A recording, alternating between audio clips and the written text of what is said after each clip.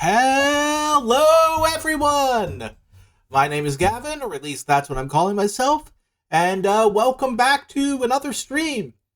Got really excited right at the start because I saw there were like 3 people in here, and the time I looked away, it dropped to 1, but we're managing nonetheless. Anyway, how you guys been doing? I've been progressing. I'm working through some stuff. It's had the occasional resurgence of an eye injury, been seeing some movies. I finally started reading an actual physical book that I've been wanting to read for a while. Hey, D-Bomb! Welcome. Finally just started reading, like, House of Leaves, which is one I've been wanting to read for a while. It's pretty good so far. I'm only little under of, like, 100 pages in, which is not much, considering it's, like, a 600-plus page book. But I like it. It's very experimental. The footnotes can get pretty wild sometimes. Like, just you'll open a page and then the next is like 10% of it is main text, and then like the remaining 90% of the page, and then the next 5 pages after that are just some footnote from Johnny Truant about how he stubbed his toe when he was 6 or something. But yeah, it's a fun book, and anyway, enough digressing, just trying to provide a little bit more of an intro. So, we are getting right back into Beacon Pines in just a second, which is a very fun game that was recommended to me by Shiro over in the Discord, who's been a good long-time friend of mine, hoping he'll pop in at some point. He was definitely here for the last one. And, pretty fun. It's got kind of like a... For those who weren't here for the last one, it's got kind of like a choose-your-own-adventure vibe, right down to the stuff that the super spooky scenes that probably shouldn't have been in a kid's book, but we got away with all kinds of stuff back in the day, didn't we? You ever read... I'm just saying, you ever read one of those Goosebumps books? There's one where it's just like, they go to this like alternate world and with a bunch of like weird ghost cult kids who like have some sort of weird demonic ritual where they spit ink on people. Yeah, that stuff goes wild. Those books were great. Hey, Shiro, was just talking about you. Welcome. Anyway, last time we decided to take a day off from investigating to enjoy our friendship, and the apocalypse happened, so we're going to try to avoid that this time. Anyway, let me just turn on the audio here. And let's get into it. And try not to kill everyone. A shockwave of cold tore through the room. Yep, here we are. A bitter, unfathomable chill. Before they could react, it encased them in ice. 2 boys, reunited by friendship, only to be cruelly separated by a malevolence beyond reason. And so, our story ends on this melancholy scene. In a silent treehouse turned statuary, in a town brought low by its secrets, sits a pair of friends, alone, together.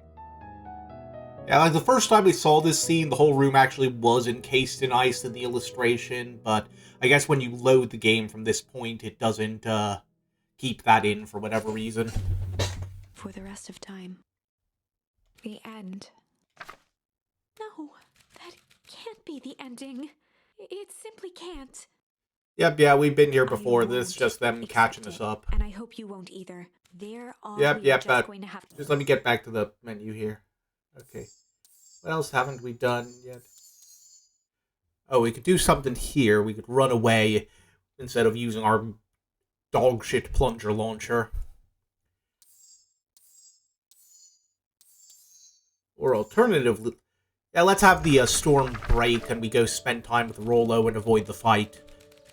Doesn't mean we miss out on the cool scene with Beck, but we already saw it. It was great. Luca began to respond, but the sky answered for him as the clouds above began to break, revealing patches of star-filled summer night. Moonlight filtered down, shimmering in the treetops. Lovely weather. Sure, you can meet Rollo. You're not going home? No, I promised Rollo I'd tell him about... Lucas stopped himself mid-sentence. Promise you'd tell him what? Spit it out, bub. We're thick as thieves now. If there's a juicy secret, you gotta tell me. Okay. You can come to the treehouse and I'll tell you both what happened. Heck yeah. Alright, yay, we made a friend and avoided a possible fight, I think. Lucas saw Beck skulking by the gate. Ooh. So you're telling me there's nothing mysterious or creepy about this place? It's mostly boring and empty. I refuse to believe that. Big spiked gate, looming mansion, rich reclusive owners. It even smells shady. Beck grabbed the wrought iron bars and shook the gate. Mark my words, you decadent nightmare house. You will reveal your secrets to me. Beck has quite the vocabulary. Oh, well, I'll be darned. We actually get in here now. What did you do? First of all, I told you so. Second, hide. That's Eris Valentine. Who's that she's talking to? Shh. Ooh, she's with the suit. I expect you to return that suit in working order. Of course.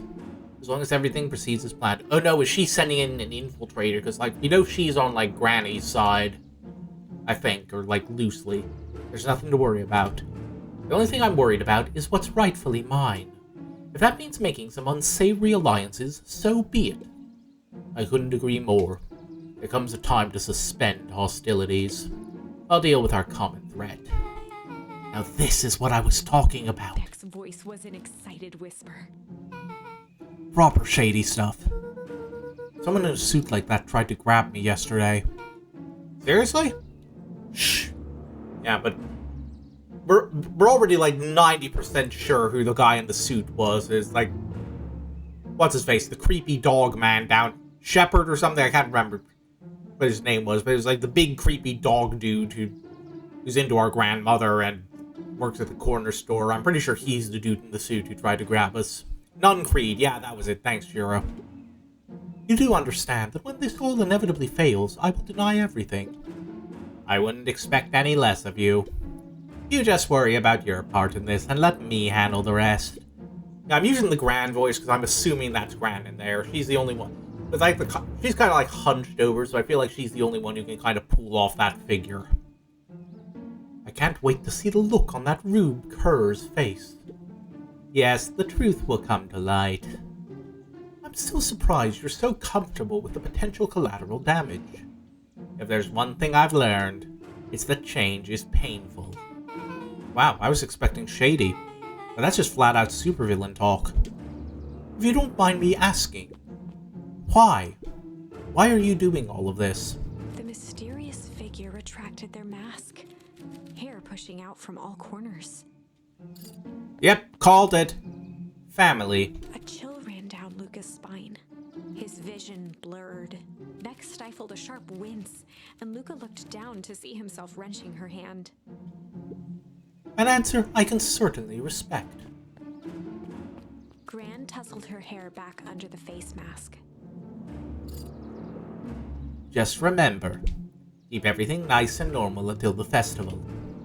I don't need lessons in rousing suspicion. Gran gave Eris a curt nod and disappeared into the night. I like how that's... So, I'm actually confused at this point.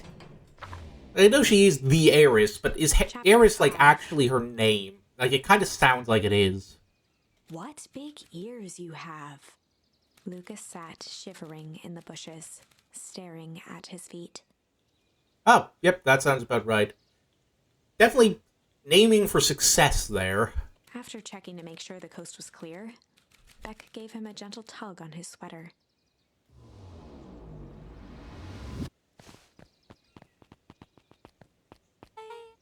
What's wrong? You look like you've seen a ghost. Why were you so scared of that old lady in the hazmat suit?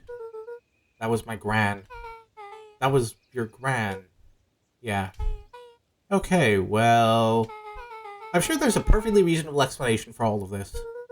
Let's just get to the treehouse and figure things out there. Lead the way. There we go, off we go. Onward to adventure.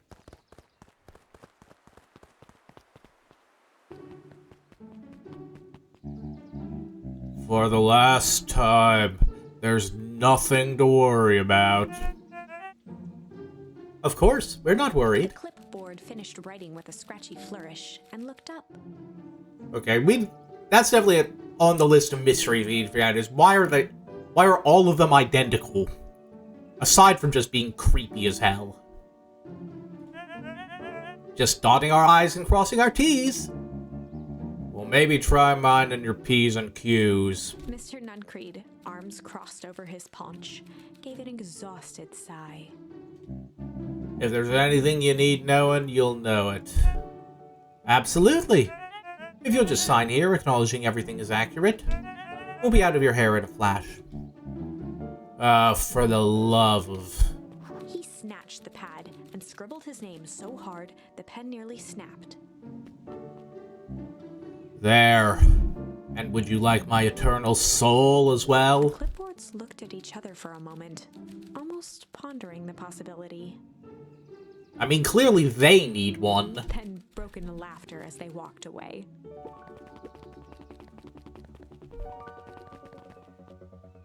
Let's avoid Mr. Nuncreed if we can. I don't like him. Actually, no, let's say hi. Hi, Mr. Nuncreed. Stay away from my grandmother, you fat fuck. Luca, let me give you some advice. Next time someone you don't know asks you to hear your thoughts, give them a good hard pop right in the kisser. Well, broken clocks right twice a day. Oh, Grant tells me to just keep away from the clipboards. That's good, that's good. Your Grant is a smart lady, Luca. Speaking of which, you better run along home now. Too dark out to be wandering on your own. I'm watching you. Stuff to poke around with. Another day, another dollar. See you tomorrow, Z. Have you noticed how all the perennial harvest folks order the same drink? Decaf cappuccino with extra foam. Why? I don't know. Just thought it's a little odd. Pretty weird, for sure. Well, the customer's always right. No, they are not, but you're required to say that. See you bright and early tomorrow. Yeah, she always says something like vaguely menacing from her book. I can't wait. The answers you seek will be revealed to you in due time. The question is, the figure intoned, are you prepared to live with the truth? Helpful as always. Anyway, let's nose around, see if there's anything worth poking at. Would check anything in the diner, or is it closed? Nope. I gotta find a time to go back in there and use the new words we've collected for that minigame. Oh, old guy finally moved. William Kerr and Gus Valentine proudly surveyed the half-covered festival banner. It's all coming together quite nicely. Oh yeah, true. I just figured he was stubborn enough he'd sleep out there. Couldn't have done it without you. The mayor gave a half-hearted shrug. I'm not so sure about that. Nonsense! That reminds me, I wasn't able to thank your sister for her contributions. Yeah, she has been indisposed as of late. She doesn't much like me, does she? Oh no, that's not it at all. She's just been busy. Of course. Regardless, I would be forever grateful if you could pass my thanks on to her. The History Museum adds a real layer of import to the whole affair. And we couldn't very well celebrate the story of Beacon Pines without including the Valentines. My father was a great man.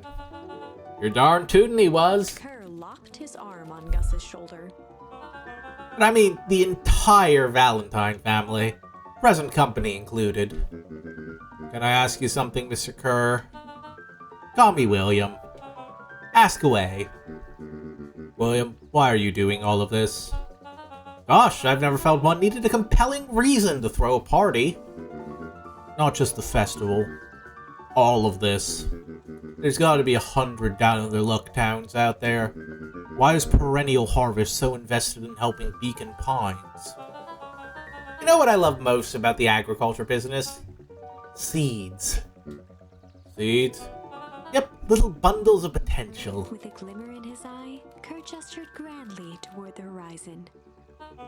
You treat a seed right, nurture it, feed it, and it can grow into something truly special. You see potential here? Undoubtedly. The seed of greatness is already under our feet. All it needs is a little nudge, and the right leadership, of course. Oh. Good night, Mayor Valentine.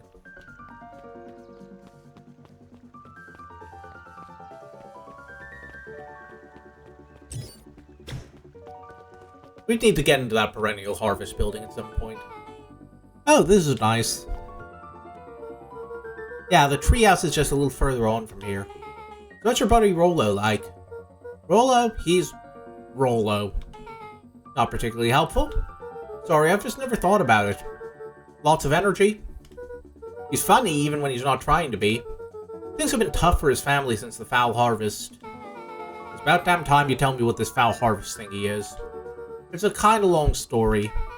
Hit me with the highlights. Okay. There used to be a fertilizer company here called Valentine's. We're finally getting the details of this, thankfully. They were kind of a big deal. Ooh, big deal fertilizer. It was a big deal to us. Their stuff really worked. Farmers loved it. So Valentine's grew and grew. Beacon Pines pretty much grew around it. Most everyone in town either worked for Sharper Valentine or used his fertilizer. Things were good. I'm sensing a big but. Heh, big but. Around 6 years ago, Sharper Valentine suddenly died, and something changed. Changed how? Could have been a bad batch. Maybe it was in the water or air or soil. Nobody knows, but all the crops died, and everyone blamed the Valentines. The foul harvest. Yeah. Valentine's fertilizer went out of business. Half the town lost their jobs. Sheesh. Next year, the crops came back, but something was different. You plant a crop, do everything right, and it's sort of a crapshoot what happens. And no one knows why? Nope. I take it Rollo's farm got the short end of the stick. Yep, for some reason their farm was hit harder than others. That sucks. Things have gotten better since Perennial Harvest came to town. The Beacon Pines Reborn initiative? Yup, first thing they did was give the town a deep scrub. They even put us up in hotels, one town over for a week while they decontaminated the groundwater. They were doing something hanky there. We better get going. Let's do some fishing if we have anything new. Nope, nothing yet. Look at Gentleman. Let's just move along.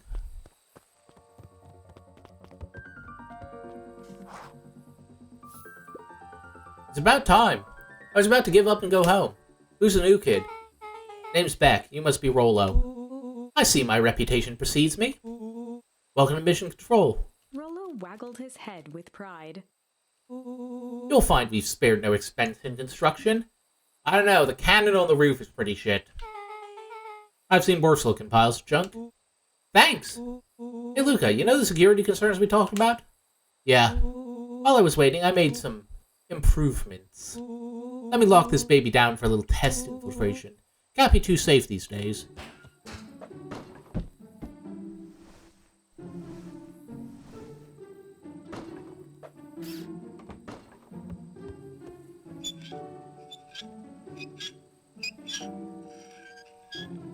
Ooh, old glass window. Is that the Amogus sound?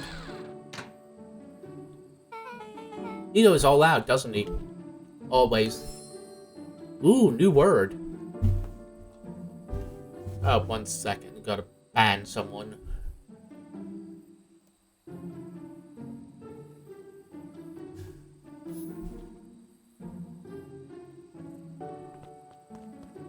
Let's see, what do we got here that we can throw at that target? Got it on the rebound. First try, meant to do that. Yeet!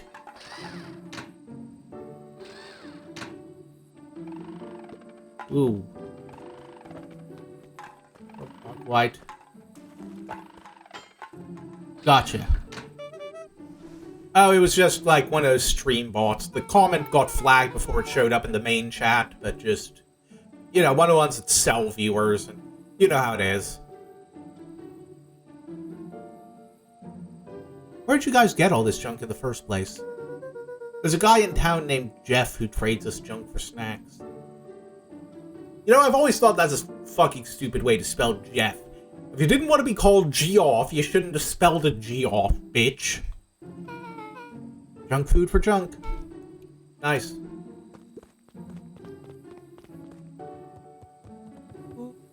So, pretty sweet security, right? There's imaginative, I'll give you that. Luke, are we sure we can trust the new recruit? I'll vouch for her. Thanks, I guess? Oh, okay, Luca, you promised to fill me in about the Valentine warehouse. Luca sucked in a long breath. Oh, didn't know that. Thanks for the info. So like I said, there was someone there. What were they doing? I don't know, but the place was lit up and active. Maybe they were squatters. I don't think so. It seemed more organized. When the man pulled me in, I saw some sort of equipment running. A man pulled you in? Yeah, but I got away. You keep saying it was a man. They were wearing a mask, right? Yeah. Then it could have been a woman. How'd you get away? I grabbed a rock or something and broke their mask. They let go and I ran. Dang. That's intense. No wonder you freaked out when you saw your grandma. Yeah, that's the other part. On our way here, Breck and I saw Eris Valentine meeting with Gran, wearing the same sort of hazmat suit. Let out a low Oh, good to know. I like Dawn. Little cute Batgirl. She's fun. And they weren't there for idle chit-chat. It was a proper clandestine beat-up. Or clandestine, however it's pronounced. So let me get this straight. There's an operation in full swing at the Valentine warehouse. You were almost abducted by a strange man or woman in a protective suit, and then you saw your Gran in the same suit talking to Eris Valentine. Pretty much. I'm beginning to think this town is kinda awesome. Willow and Luca shot back a look. No offense. And so we can logically conclude, aliens or alien zombies have infiltrated the town. You know, it's nice when we get to play a horror game where there's a character with some goddamn sense. I like the way this man thinks. And their leader is your Gran, and she tried to murder you. First of all, and for the last time, there are no aliens. Second, it couldn't have been my Gran at the warehouse. I broke that person's mask to get away. The mask Gran was wearing wasn't damaged. But she's definitely hiding something. Maybe. Your Gran is weird, but she might be the most boring person in the universe. All she does is sit around all day making jam. What could she possibly have to hide? I don't know, we haven't talked much since we moved in. Moved in? Your Gran isn't from here? No, she came a few months back to take care of me after... Oh yeah, dead parents. After his mom went missing. Did you know your Gran before? Not really, no. It'd been years since I'd seen her. Luca, don't take this the wrong way, but are we sure your Gran is on the up and up? Luca gazed out the window. I'm just saying. Sounds like strange stuff has been happening since she showed up. We could say the same thing about your family. But you're right. Luca, your Gran is hiding something. And Paul always says, folks only bury stuff worth digging up. We need to investigate your house. If my Gran really is hiding something, don't you think I would have noticed by now? That's kind of the whole point of hiding something. I guess you're right. Gran's been leaving the house for hours at a time this week. I'll call you two tomorrow when the coast is clear. And we can start getting to the bottom of this. I'm always game for a good snoop. You can count me in. Chapter 6. Secret Lair. Ha. Okay, either they misspelled lair very badly or there's something going on here that we're gonna have to figure out. But the nights only seemed to grow colder. Luca walked home slowly under the pale starlight, cautious to avoid any more surprises lurking in the shadows. Reaching home, he slipped quietly into bed, half dreading what they might discover the next day. Sleepy time for Goat Boy. What time is it?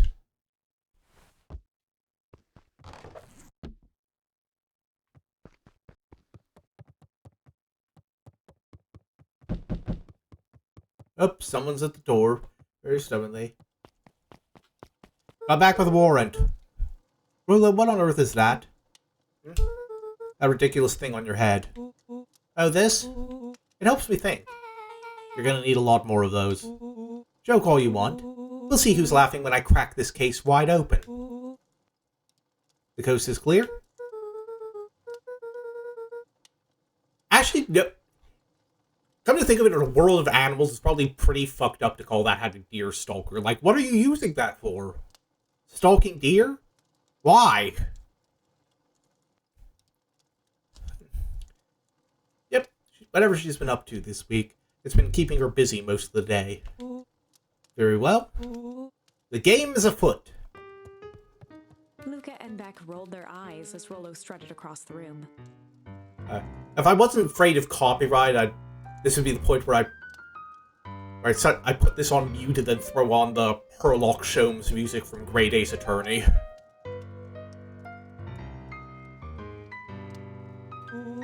If I were a Gran, where would I hide my deepest, darkest secrets? Perhaps where you might least expect it. Rollo flung open the cabinet with confidence. Aha! He coughed as a veil of dust hit his face.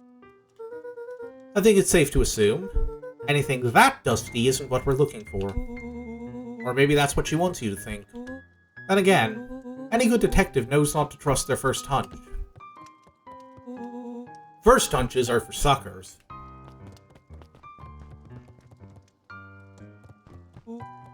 Eureka! She's lit a fire in order to burn the evidence. She keeps that fire going every day, Rollo. Rat, it may already be too late. Just think of the mountains of documents lost to ash. Okay, I'm going to stop you right there. Can we just think for a moment? Luca, is there anywhere Gran doesn't want you to go? Yeah, closet upstairs. Yeah, I was just thinking that. Maybe it stands to reason that we should check there first. No dice, it's locked. Well, well, well. Look who stands to reason now. And I have no idea where the key is. If it really is important, then she probably keeps it with her. Anywhere else? She has her berry bushes. Who has ever thought, I am going to take this important thing and huck it in a bush? True. Anything else? Maybe something out of the ordinary? Well, she is always worried I'll break her fancy dishware in the kitchen. But it doesn't matter anyway, I can't reach the latch. A look of realization crept onto Luca's face. All three kids snapped to glance at each other, then sprinted and turned toward the kitchen. Or maybe she just keeps fancy dishware in there. Alright, Rollo, this is your time to shine. Ah, yes, you called upon my expert detective skills. And now I shall proceed with... Before he could finish, Luca scrambled up Rollo's back. Hey, this isn't my idea of detective work. You're gonna have a hunch depending on how much Luca weighs. Every squad needs a good lockpick.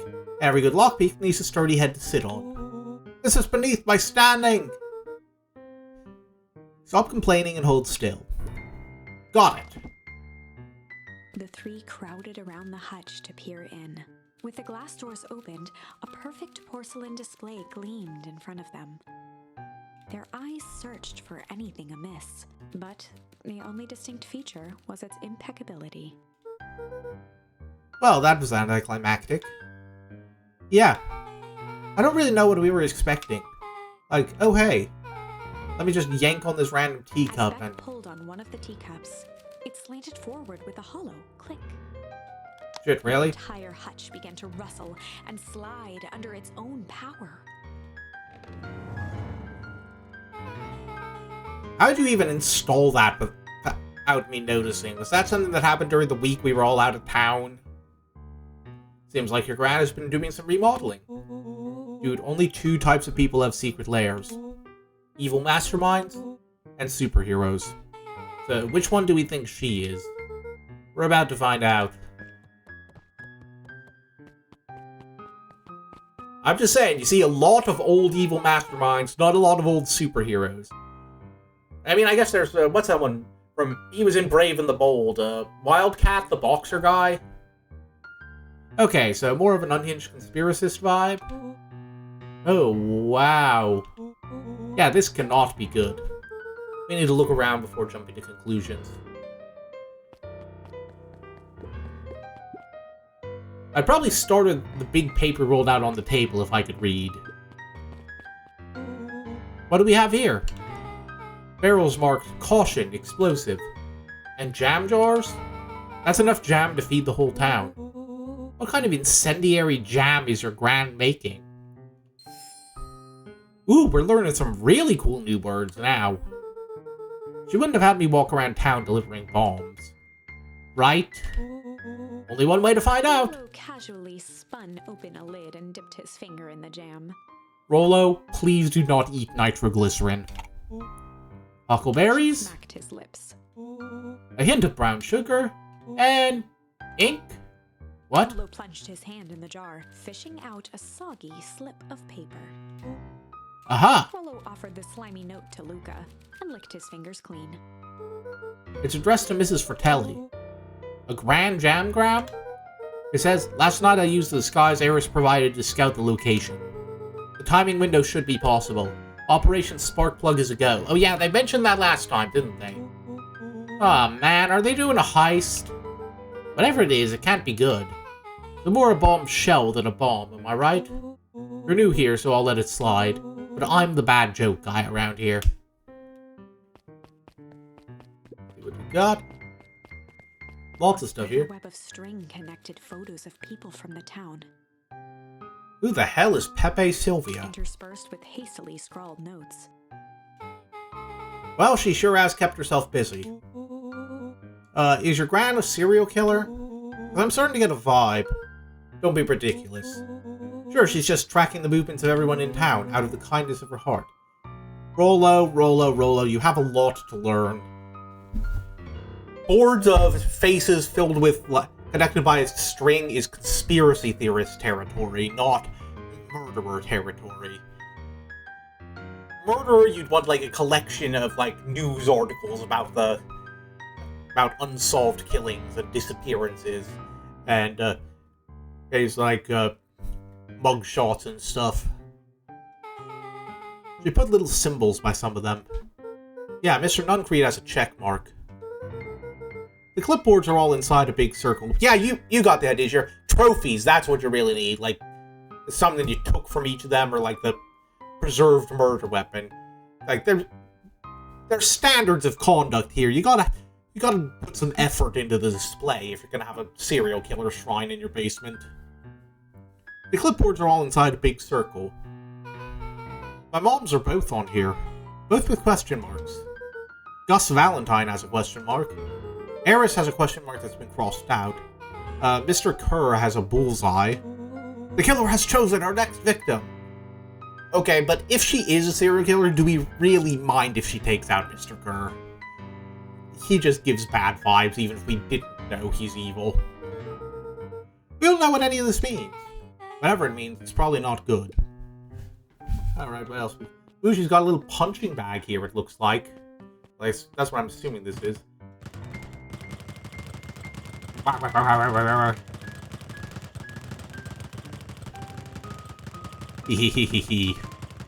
am very easily amused sometimes. Come on, let's see if we can set a record. I was hoping we'd get something out of that, like the watermelon. Alright, what else we got?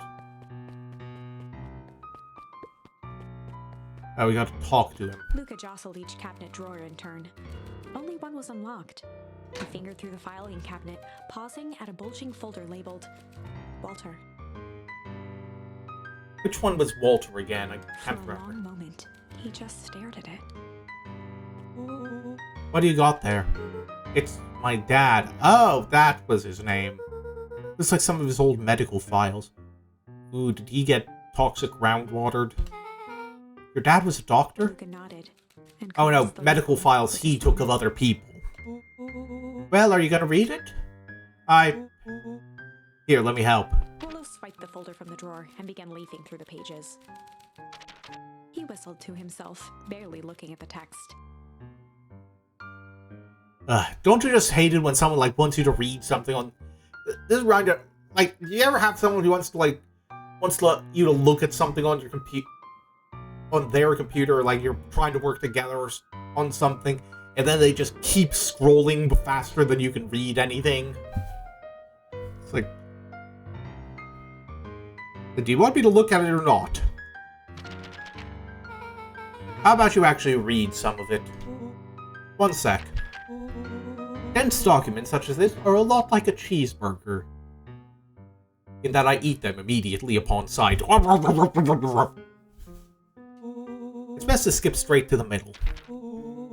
That's where all the meaty bits live.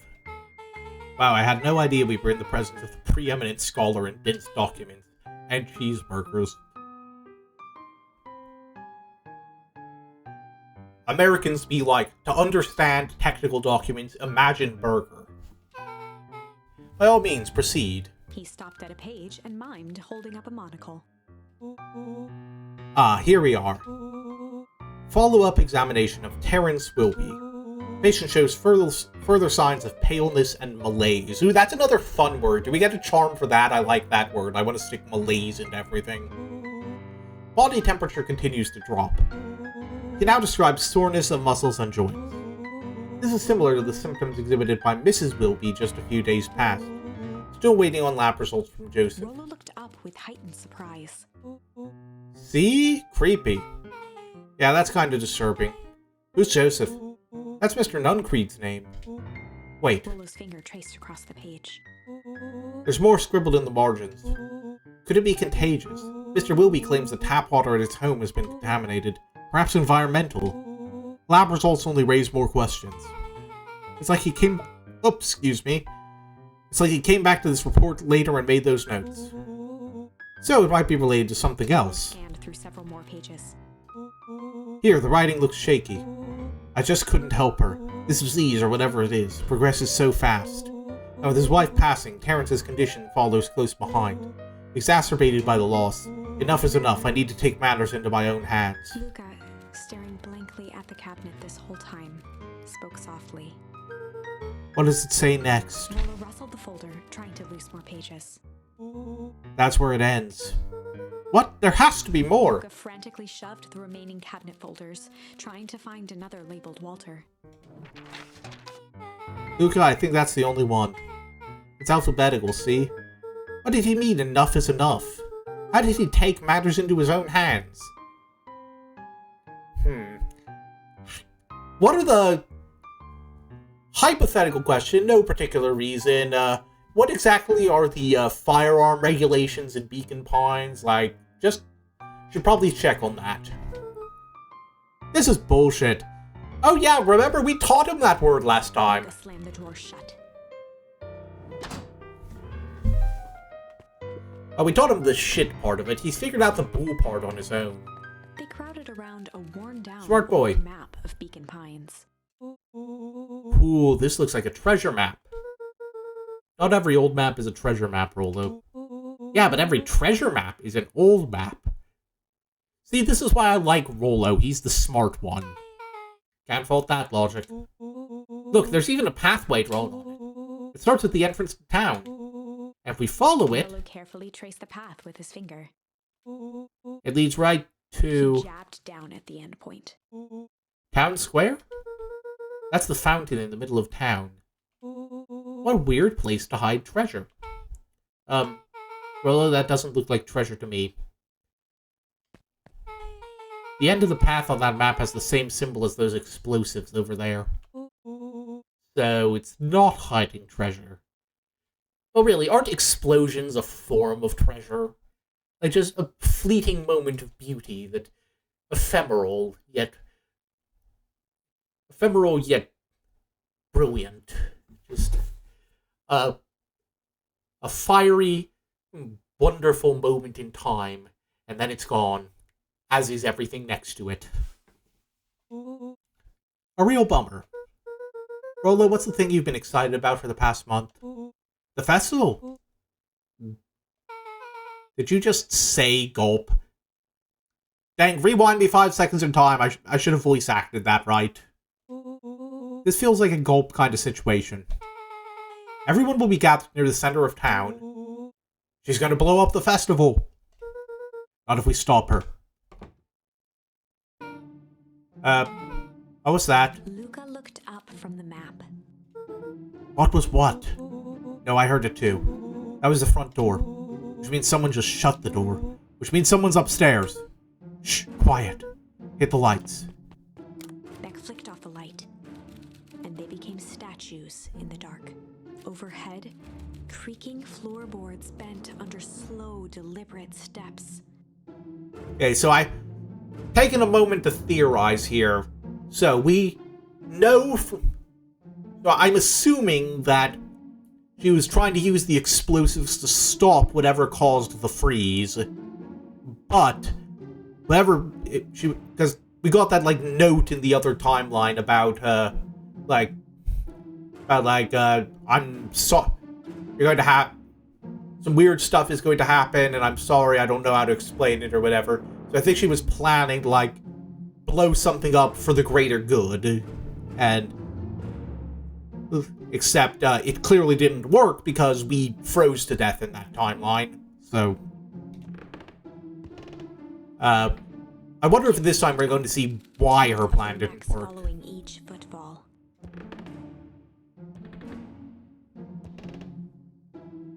Then suddenly, it stopped. Without realizing, they'd been holding their breath. Taking a moment to get some water while they're reading through this. And glanced at each other. A muffled male voice broke the silence.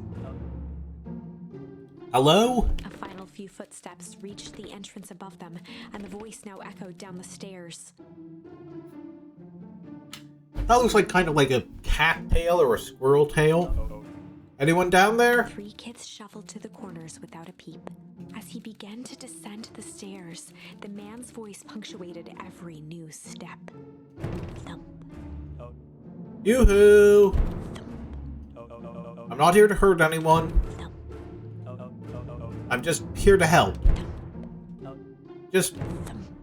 At the bottom step, the man paused, squinting to search the room for signs of life. Huh. Guess it's nothing. Rollo shifted suddenly. Luca gave him an intense, chastising look and whispered through clenched teeth. Rollo, don't! It was too late. Rollo was already inching toward the stairway. He screeched as he charged toward the shadowy figure. Rollo, we were so close. Flaming chicken coop! With all his weight, Rollo tackled the man to the ground. Rollo? Mysterious creepy man? Anyone there? From the dark corner, they saw something move. Well, I didn't know if I had it in me. There was only one way to find out. Holy crap, Rollo, that was awesome. What happened to him? Rollo, did you just kill a man? Wait, did you just kill that person? See, Beck's on the same page. I like Beck. Luca scrambled to the hunched figure on the ground. Pressing his fingers to the man's neck, he sighed with relief. You sure clobbered him good, Rollo. He's knocked out cold. As Beck flicked back on the light, Luca and Rollo both gasped in stereo. Mr. Tolliver. Chapter 7. The Interrogation of Hiram Tolliver. He was one of the guys we were delivering. Yeah, he was the guy who couldn't keep a secret, wasn't Still he? unconscious, And then Mrs. Fratelli was the slumped diner owner. heavily in a shoddy old chair. His hands were bound with rope, his feet tied with some loose string. String, come on, you can do The better kids than huddled that. in a circle, discussing their plan. One thing was certain. They couldn't just let Mr. Tolliver go. They needed to know what he was doing in Luca's house. After some deliberation, it was decided. Luca's about to learn a new word, and it's kneecap. Classic good cop, something cop interrogation.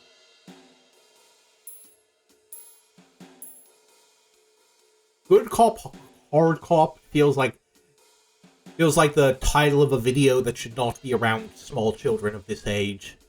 Let's go with chill for now. They'd run the classic good cop, chill cop interrogation. Chill has served us well in the past. It has not, it has never helped, but maybe it'll help this time.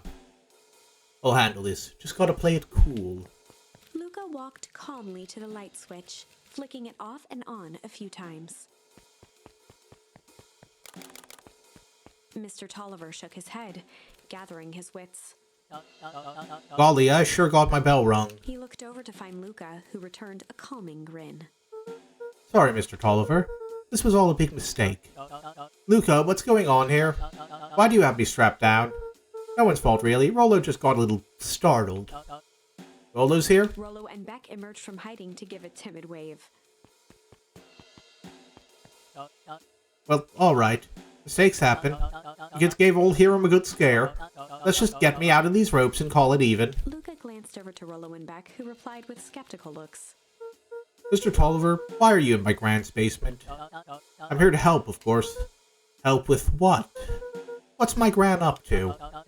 If you'll just cut me loose, I can show you. How do I know we can trust you? Mr. Tolliver exhaled with disappointment. Luca, have I ever done wrong by you? No. And since your gran moved to town, haven't I been nothing but welcoming? Yeah. So why would I turn my back on your family now? It's just, all this stuff seems pretty weird. A board with names of people from town. An archive of my dad's old disturbing patient notes. Luca gestured to the corner. Barrels of explosives. I can explain everything. You just need to untie me. You kids deserve an explanation. Luca looked again to Rollo and Beck. This time they shrugged. Luca began to slowly loosen the bindings. This may have been a mistake. Mr. Tolliver gently rubbed his wrists. That's a good lad. This will make sense. All makes sense in time. He's running! Rollo, go for the Achilles! He edged imperceptibly toward the stairs as... You see, this town has secrets, Luca. Yeah, you keep moving toward those stairs, Bob, and it's gonna have another secret buried about, 6 feet under next to my dad's fishing hole. A very dark past indeed. Before the kids had even noticed his movement, Mr. Tolliver was at the light switch. A past that must be brought He to... punctuated his final words by flicking the switch and rushing up the stairs. Light! Chill has failed us yet again. Son of a... Beck darted to the wall and turned back on the lights. It was too late. Rollo confirmed what they all heard. He just locked us down here. Mr. Tolliver's muffled voice came from behind the door. I wasn't lying, you know. This is for your own good. You kids just keep tight down there, and let the adults handle this. They looked bewildered at each other. Play it cool, huh? Not now, Beck. They heard the staccato thump of quick steps exiting the house. The kids looked down in resignation. This isn't how it goes in Hank Atomic. For some reason, they'd always assumed it was up to them to save their town. Luca opened his mouth, hoping to conjure some magical words to make this right. Only a hollow croak escaped. The end. Alright, that didn't work. We certainly aren't going to find a grand resolution to our tale locked in a basement. You never know what you'll find locked in a basement. Reminds me of my childhood. Back to the drawing board.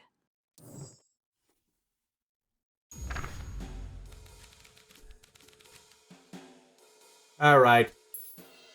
Plan nice didn't work. Rollo turned the body cam off. They'd run the classic good cop, hard cop interrogation. Rollo brandished a steely gaze.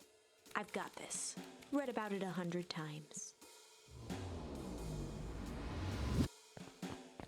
Rollo swaggered past the chair which propped up the slumping Hiram Tolliver. Without even looking at his captive, he began with a long, blustery drawl. Well, well, well, Mr. Tolliver. Mr. Tolliver remained motionless. Rollo spun around to face him. He'd clearly expected to rouse Mr. Tolliver with his booming voice. Mr. Tolliver? Beck and Luca gave each other an unsure glance. Rollo slammed his fist on the table. I said, Mr. Tolliver! He grabbed the table lamp and beamed it onto the unconscious face. Oh, for a second I thought he said he beamed it onto his face. I thought he, finally just whacked him with the lamp. Mr. Tolliver groaned and slowly lifted his head. He recoiled with a muddled, weary squint. What in the world? The chair wobbled as he attempted to straighten up. Who? Who's there? Mr. Tolliver could only make out rough shapes through the glaring light. With a gruff tone, Rollo hoped to both conceal his voice and intimidate. I'll be asking the questions here, punk. Now hold on, let's just calm down. Oh, I am calm. Calm as a carrot in dirt. As for you, looks like you're sweating. The doubtful expression on Beck and Luca's faces transformed into awe. We can do this my way, or... well, let's just say I've never needed another way. Rollo, hitting his stride, was now channeling every detective trope his memory could recall. He slammed the table again. Now dance! What? I don't even... Tolliver's voice became desperate. He was nearly in tears. You tied me down. How on earth can I dance? Dance with your mouth, punk. Spill the beans. What are you doing poking around this house?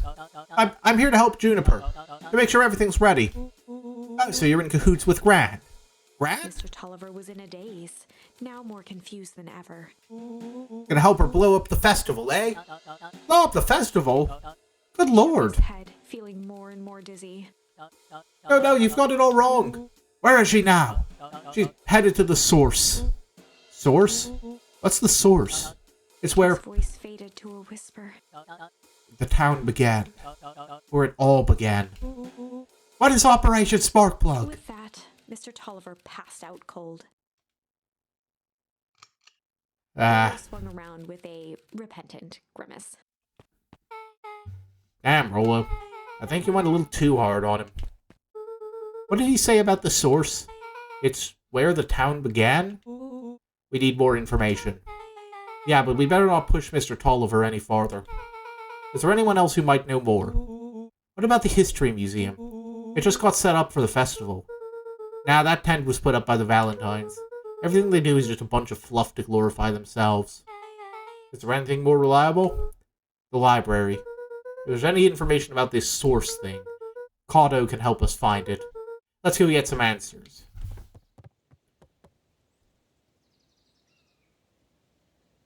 Wasn't the source a Matrix thing? Like, that's why that was like a thing in the third movie, I think. That's why Neo could use his, like, code bending powers in the real world. I don't know, I could be misremembering. Hello, you look like someone I can talk to that won't progress the plot. Hey, Jace. Oh, hey, Luca. Have you seen this new issue of Hank Atomic? Not yet. No spoilers, please. It's awesome. It's a flashback. No spoilers, please. We get to see how mild-mannered Henry Adams becomes Hank Atomic, man of space justice. Jace, no spoilers. Oh, sorry. My point is you're gonna love it. Alright, Jace, catch you later. Roger that, Space Cadet. This is a dang nice library. Thanks, we work hard on it. Aren't you a little too adorable to be a librarian? Yes, I am. Oh, Cotto hung out here so much, eventually we gave him a set of keys. I just keep an eye on the place for Mrs. Novak sometimes. They got you working for free? It's quiet and I get access to all the books I can read. What more could a person want? Fair enough. What can I do for you all? We need a favor. I already told you and Rollo. I can't put you any higher on the wait list for the next Hank Atomic. Now, if you're here with more candy, I'll have you know I can't be bought. Call it a personal code of conscience. Actually, we're looking to do some research. Now you're speaking my language. What are you looking for? That's the thing, we sort of don't know. What do you got on the history of the town? There's the county record archives. What's in those? Births, deaths, newspaper clippings, stuff like that. Pretty boring reading. But they do go all the way back to when the town was founded. Great, we'll start there. Chapter 8. I don't think we've ever gotten as high as Chapter 8. 6 feet under, 3 towns over. The kids spent the rest of the afternoon combing through dusty piles of old county records, desperately searching for anything that could help them make sense of Mr. Tolliver's cryptic utterance. Luca tried to shake the thought of Gran's basement, but his focus wavered. Explosives, messages hidden in jam, dossiers on various town figures, and a corkboard threaded with photos. Gran was the only family he had left. He still couldn't bring himself to believe the worst. But the old map with the symbol of explosives in town square made that difficult. As the sun began to set, the kids were no closer to the truth.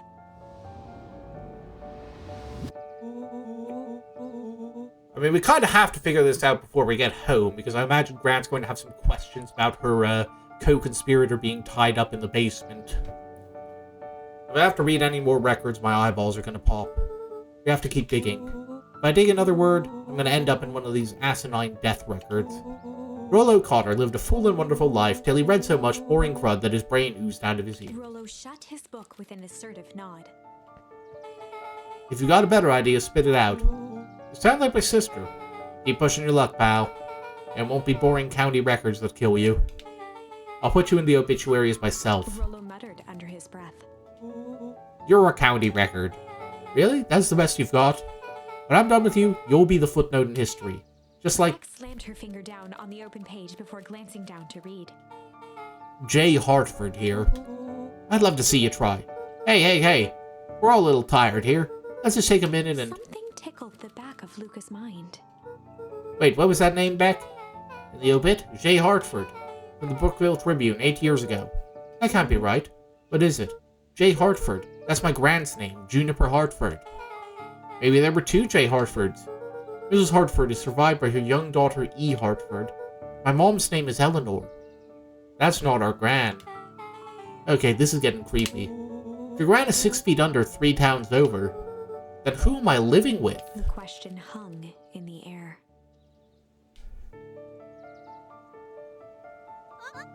Alright, gang, I gotta close up for the night. Beck rubbed her eyes. How late is it? Almost 10. Oh crap, Pa's gonna kill me. I gotta go. Yeah, my parents will be worried sick. Okay, let's meet up as early as we can at the festival tomorrow. What are you gonna do about the unconscious man in your basement? I'll think of something. Let's just say, Mr. Tolliver is going to be getting very familiar with J. Hartford. If he was lucky, Gran, or whoever it was, hadn't gotten back yet. And of course, there was Mr. Tolliver tied up and unconscious in the basement. Dealing with him would be the first order of business. Hey Luca, does anyone in what was it again? Beacon Pines? Does anyone... No particular reason, does anyone in Beacon Pines sell lye? Luca shook out his arms to calm his nerves before entering. Oop, that's the creepy violin. Perfectly still, tempering his breath, and to listen closely. She was asleep.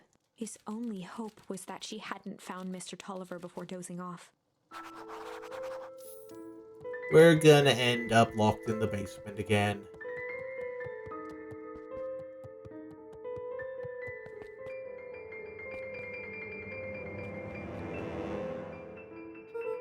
No. Mr. Tolliver was nowhere to be seen. Maybe he woke up, escaped from his bindings, left without a trace. Or maybe Gran knew everything. What do I do? Luca's hungry stomach groaned. Not realizing it, he'd gone the entire day without eating. Okay, I can figure this out. Just need a little brain food. Luca rushed over to the pile of jam jars, unscrewed one, and shoveled a handful into his mouth. I'm afraid your jam delivery will be delayed. The lid to read the label. Mr. Nuncreed? Okay, now I can think. If Gran knows we tied up Mr. Tolliver, I'm screwed. If she doesn't know, then I need to play it cool. That's the only option, is to go to bed and act as if nothing is wrong. Gran will think Mr. Tolliver finished what he was sent to do and left when he was done. And she is definitely not going to be waiting up this staircase when I come up. Can we close this, or... Guess not. Oh dear.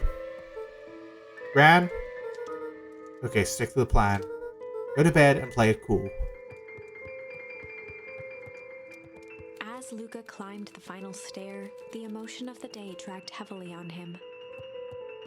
With each consecutive step, his legs weakened. His stride began to falter. Please tell me there was not knockout juice in Mr. Nuncreed's jam. He tried to grab for the railing to steady himself. Something was wrong. Come on, legs. Just a few more steps. Luca groaned and tried to move. His limbs might as well have been bolted to the ground. We poisoned ourselves. Through numb lips, he mumbled just before falling asleep. The germ. Mission accomplished. Sweet boy. What did you get yourself into?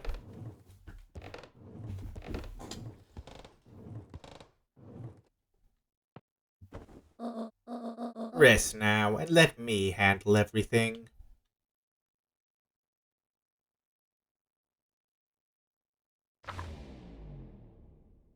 Chapter 9.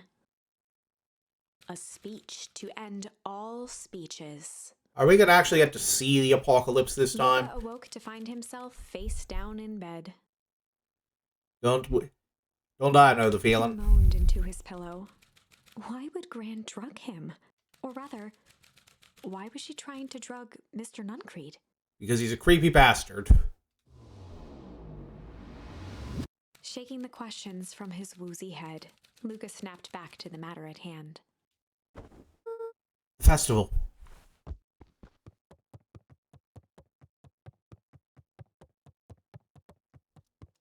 Let's all go outside.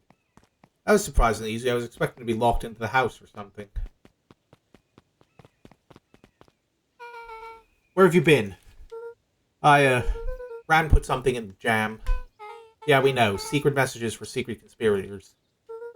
Not this one. The one intended for Mr. Nuncreed put me to sleep. Whoa, ho, ho. Sly devil. Ooh, a new word. I think she's trying to remove him from the equation. He might be in danger. Have you found anything? We looked around but haven't seen anything odd. Your Gran is nowhere to be found. But Mr. Nuncreed is just loafing around waiting for the speech. What speech? Mayor Gus just got up to the podium. Everyone's gathered. Oh, sorry, had a bit of a hiccup there. Everyone's gathering at the stage. Let's get moving. Let's get some water, quick. Augustus Valentine nervously wiped his brow. Is this thing... hello, Beacon Pines. I'm Augustus Valentine, your mayor, and I suppose you already know that. Oh yes, before we get started, I just wanted to take a moment to recognize someone who couldn't be here today. This town wouldn't be where it is today without my father, Sharper Valentine. So I thought we could begin with a round of applause, befitting such a great man. Even that's more than the old codger deserved. Right, where was I? William Kerr bounded on the stage with the energy of a preacher at a big tent revival. Gus Valentine, everyone! Is it weird that I low-key kind of ship these two? He gave Gus a hearty slap on the back and motioned him off the stage. Let's hear it for our mayor. What a great turnout. Aw, heck, I didn't prepare anything. But I suppose I could say a few words. Would be a shame to waste such a beautiful podium. Mr. Kerr pulled a thick stack of note cards out from his vest. Community, conviction, commitment. These are the things we celebrate at Perennial Harvest. For us, these are the pillars of the bridge to a better tomorrow. But I think it's time to add a new pillar. The slaughter of a small town. I know that's not quite as punchy, and doesn't really fit with the alliteration, but I think it's going to be relevant after today. I'm sorry, I meant change. Change is a powerful thing. It's inexorable, unavoidable, undeniable. Possibly violates several Geneva Conventions if you're doing it right. And I am dadgum thankful for it. Change is the reason we're all here today. It's hard for me to believe that it was only 4 years ago when fate brought me here. A simple business trip which brought me to a small town which would change my life forever. Mr. Kerr took a moment to survey the crowd. You know what? He wiped away a single tear. The second I set foot in Beacon Bind, something about this place has held me captive. See, change represents opportunity. It represents potential. It was changed to help me recognize the potential of this place. The potential of a great many human sacrifices, or I guess human sacrifices isn't the right word, animal sacrifices. You know what I mean. To see that the people of this town, despite suffering great loss, still held on to the things that made them special. He thumped the podium to emphasize each word. Community, conviction, commitment. Change. Mr. Kerr nodded confidently, biting his lip. The crowd was silent, in rapt attention. Fate made a perfect match that day. Nothing is more important to you all than community. And Perennial Harvest is a community first and foremost. A community of mindless identical drones, but a community nonetheless. Mr. Kerr methodically made eye contact with each section of the crowd. The only way you made it through the foul harvest was an unshakable conviction. A conviction that a better tomorrow was just over the horizon. And boy, are you in for a surprise. Perennial Harvest was founded on the conviction that we are that horizon, that looming, terrifying, inexorable horizon. This festival is a symbol of our commitment to each other. His voice began to build to a crescendo. We now walk hand in hand into a future we will shape together. And that is what change is all about. Now get in the pit. Grabbing the future by the scruff of the neck and making things happen, whether you want to or not. Change is a choice. My choice specifically. You don't get a choice in this. I am tickled pink that we will all be making that choice together. By which I mean I will make the choice and you will be getting in the pit or whatever I'm about to do. How great is that? Just imagine what we can accomplish. What was that? The crowd began to look around nervously. Don't worry, a little thunder isn't going to ruin this day. Everyone remain calm. Mr. Kerr quickly flicked through his note cards. Where was I? Through all of my travels, I have learned one true thing. One always reaps what they sow. Oh, that seems like a very ominous thing for me to say. We have all planted a lot of good in this town. And so it was with a happy heart that I can proclaim. He raised his hands up to the heavens. Our harvest awaits. Klaatu Barada Dikta.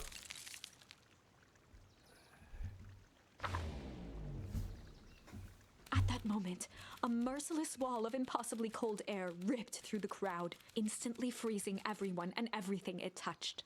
Okay, so maybe he's not the one planning the ice thing. That seemed like... That didn't seem... I would assume that if he was planning it, it would not be his goal to get frozen solid here. He doesn't seem like the sacrifice myself to the was a fitting way for things to end. ice god type. On a stage, with an entire town frozen in rapt attention for the rest of time. The end. There's that ice again! Whenever I think we're getting close, it comes along and ruins everything! Maybe we should just quit? Maybe you should just close the book, walk away, and never think of me again. Sounds like a bitch move. No, I don't mean that. We got a little closer this time. We just need to try again. Please. Alright. Oh, we've got a new way to interrogate him, but first, like, I want to move around a bit. I want to explore. So, I think there was one over here. Yeah, we can, run away during the, disaster, during the bad timeline. Luca drew himself up and decided to take the only option they had left. Flight. Ladies and gentlemen, the Joestar Bloodline's secret technique. Saving the day again. The dense tree branches. Okay, maybe this is a better grappling hook than a cannon. He looked up with surprise as it struck true and taut. Yay, it worked. Wow, I can't believe that worked. Hey, Mr. Kerr. We'd love to hear your thoughts. I'm afraid we have places to be. Come on, Iggy. See ya, jerks. Alright, I forgot about Iggy. Yeah, he's mutated. Fine, we know where that leads them. This way, we'll take the tunnels. Luca and Iggy winced as they sprinted through the thicket. The branches clawed at them, reluctant to give passage. After what felt like a marathon, Luca stopped in his tracks as they reached the clearing. What the? That was all he was able to say before Iggy slammed into his back. The boys tumbled down a steep decline and crashed with a wheezing thud on a surface as hard as ice. In fact, it was ice. Ooh, ice again, and some very ominous comments from Shiro. Chapter 5. Signs. One of the, better regarded Shyamalan They films. stood silently, catching their breath. The sky was like sapphire. With each breath, a plume of steam escaped from Luca's lungs. Let's keep moving. Luca pulled Iggy to his feet as they gazed across a snowy terrain. Oh, we're in Snowland. That was actually pretty badass. I think we lost him. Are we up in the mountains? I don't think so. If anything, we went downhill. And what's up with the Winter Wonderland? All I know is there's no going back the way we came. Let's see if we can get our bearings. Follow me. Okay, something that's jumping out to me as weird is like the art style. Like, it's not just snowy, it's colorless. It's almost like it's a pencil sketch instead of a fully fleshed out storybook. Luca, are you there? Luca had almost forgotten the walkie-talkie he was carrying. Is that bozo Kerr? I hope nothing bad has happened to you out in those woods. Luca looked at Iggy with hesitation. No need to be rude. With a resigned sigh, Luca responded. It seems like the only dangerous thing in the woods is you. He speaks, the young man of the hour. Now, how in tarnation did you end up with one of our radios? Just lucky, I guess. Boy, howdy, you Van Horns are full of surprises, aren't you? You knew my parents? I never had the honor of meeting your father, but your mom sure was a handful. Luca winced, shoving the walkie-talkie back into his pocket. We gotta keep moving. Easy for you to say, you have the coat. Some lucky people get to be mutants and they get to be warm. Where are we even going? Like down this way, maybe? I guess.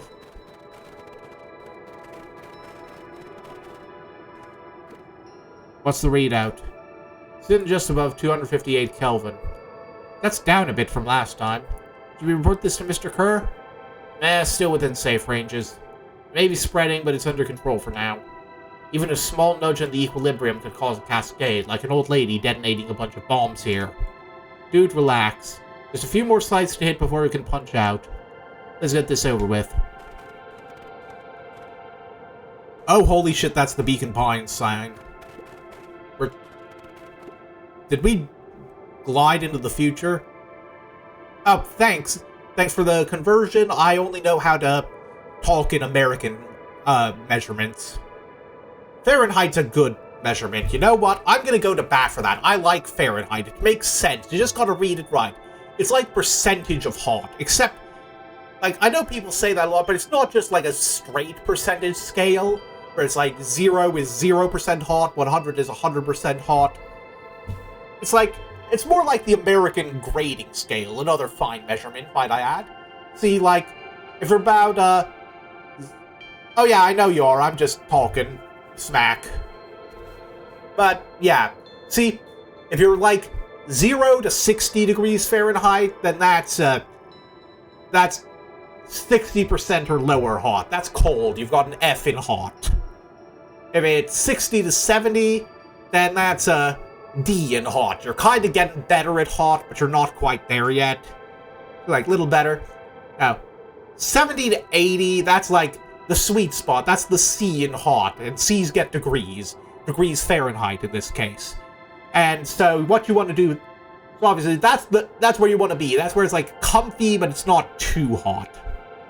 Now, once you get into like 80 to 90% hot, that's a B in hot. That's like, yeah, that's pretty fine amount of hot. That can be a good kind of hot, but you're kind of pushing it. Then when you're 90 to 100% hot, that's an A in hot. And that's like, you really didn't need to put all that effort into hot. Just, like, you could have gone to C in hot and everyone would be happier, but now you're messing with the grade average for everyone else and ruining everything. And, like, honestly, you think, like, this economy, you think it's gonna matter if you're to your burger flipping job for the next 20 years if you got an A in high school hot versus a C in high school hot. Yeah. And then, of course, you get to, like, 100 plus degrees, and that's like, yeah, obviously that's like the A quintuple plus of, like, the A plus of hot, and that's like, okay, now you're just being a know-it-all. Like, you didn't need to fill out the extra credit questions on the back in hot. That's like, yeah, now you're messing with the average for everyone else. You're just a detriment to everyone. Go be a nerd somewhere else. Go back. Anyway, that's my dumb, weird ramble.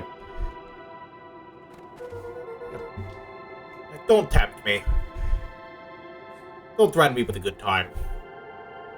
Hard to say with all this snow. I think it's a town sign. I could almost make out letters under there.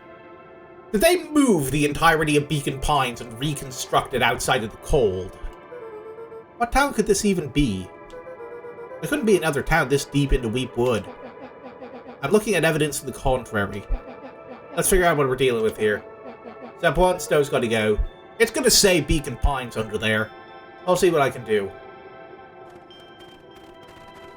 Is there something we can pick up and throw at this?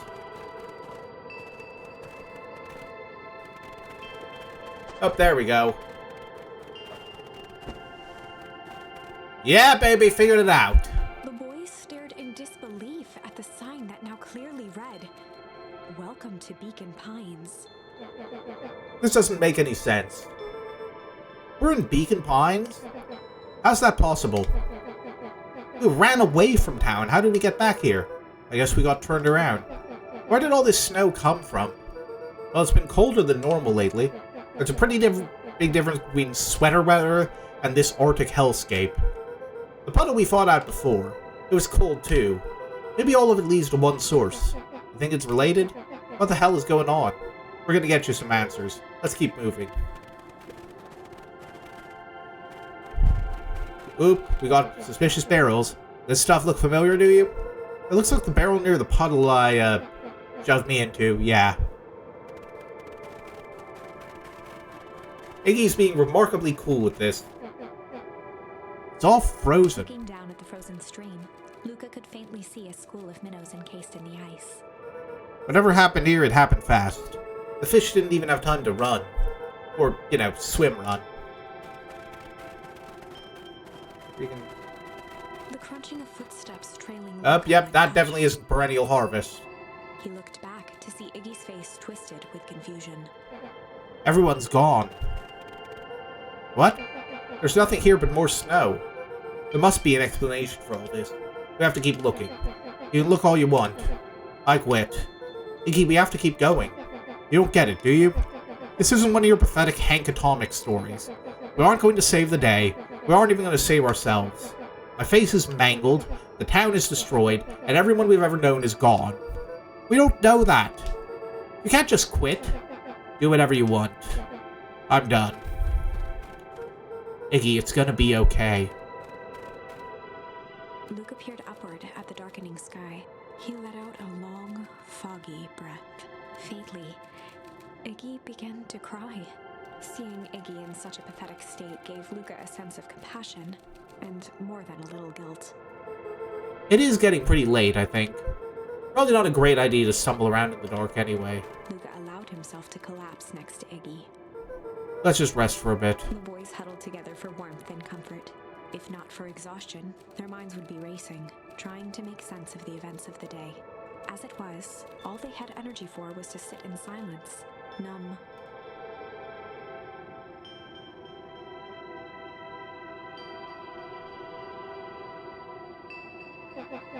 The way the snow covered everything over. It's kind of calming. Yeah. I haven't had time to say it, but thanks. Huh? For getting us away from those creeps. I sort of froze up back there. Iggy, I should be the one apologizing. This all happened because I lost my temper. Nah, that's bull hockey. First of all, you didn't know what that gunk would do. You didn't, right? Of course not. Second, stop with this baloney about losing your temper. But I did lose my temper. He motioned sarcastically to his half-deformed face. Obviously. But that's exactly what you should have done. Huh? I was being a horse's ass. You were supposed to be a horse's ass in response.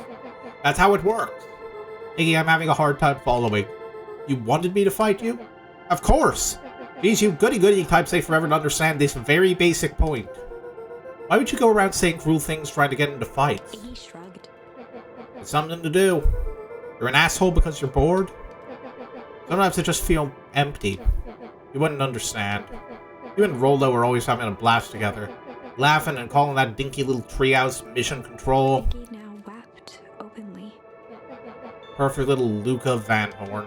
With his perfect little life. My life is not perfect. Everybody in town likes you. Not everybody. Hell, that new girl hasn't even unpacked yet and she already likes you. You have Tish. Wiped his nose with a sleeve. I love Tish. Tish is great. But she ain't exactly the world's greatest conversationalist, you know? Luca gave a warm chuckle. I get that impression. Iggy cleared his throat as he wiped his eyes. Huh, it must be raining out here. Definitely. Launched into a wide yawn. You should probably try to get some sleep. Yeah.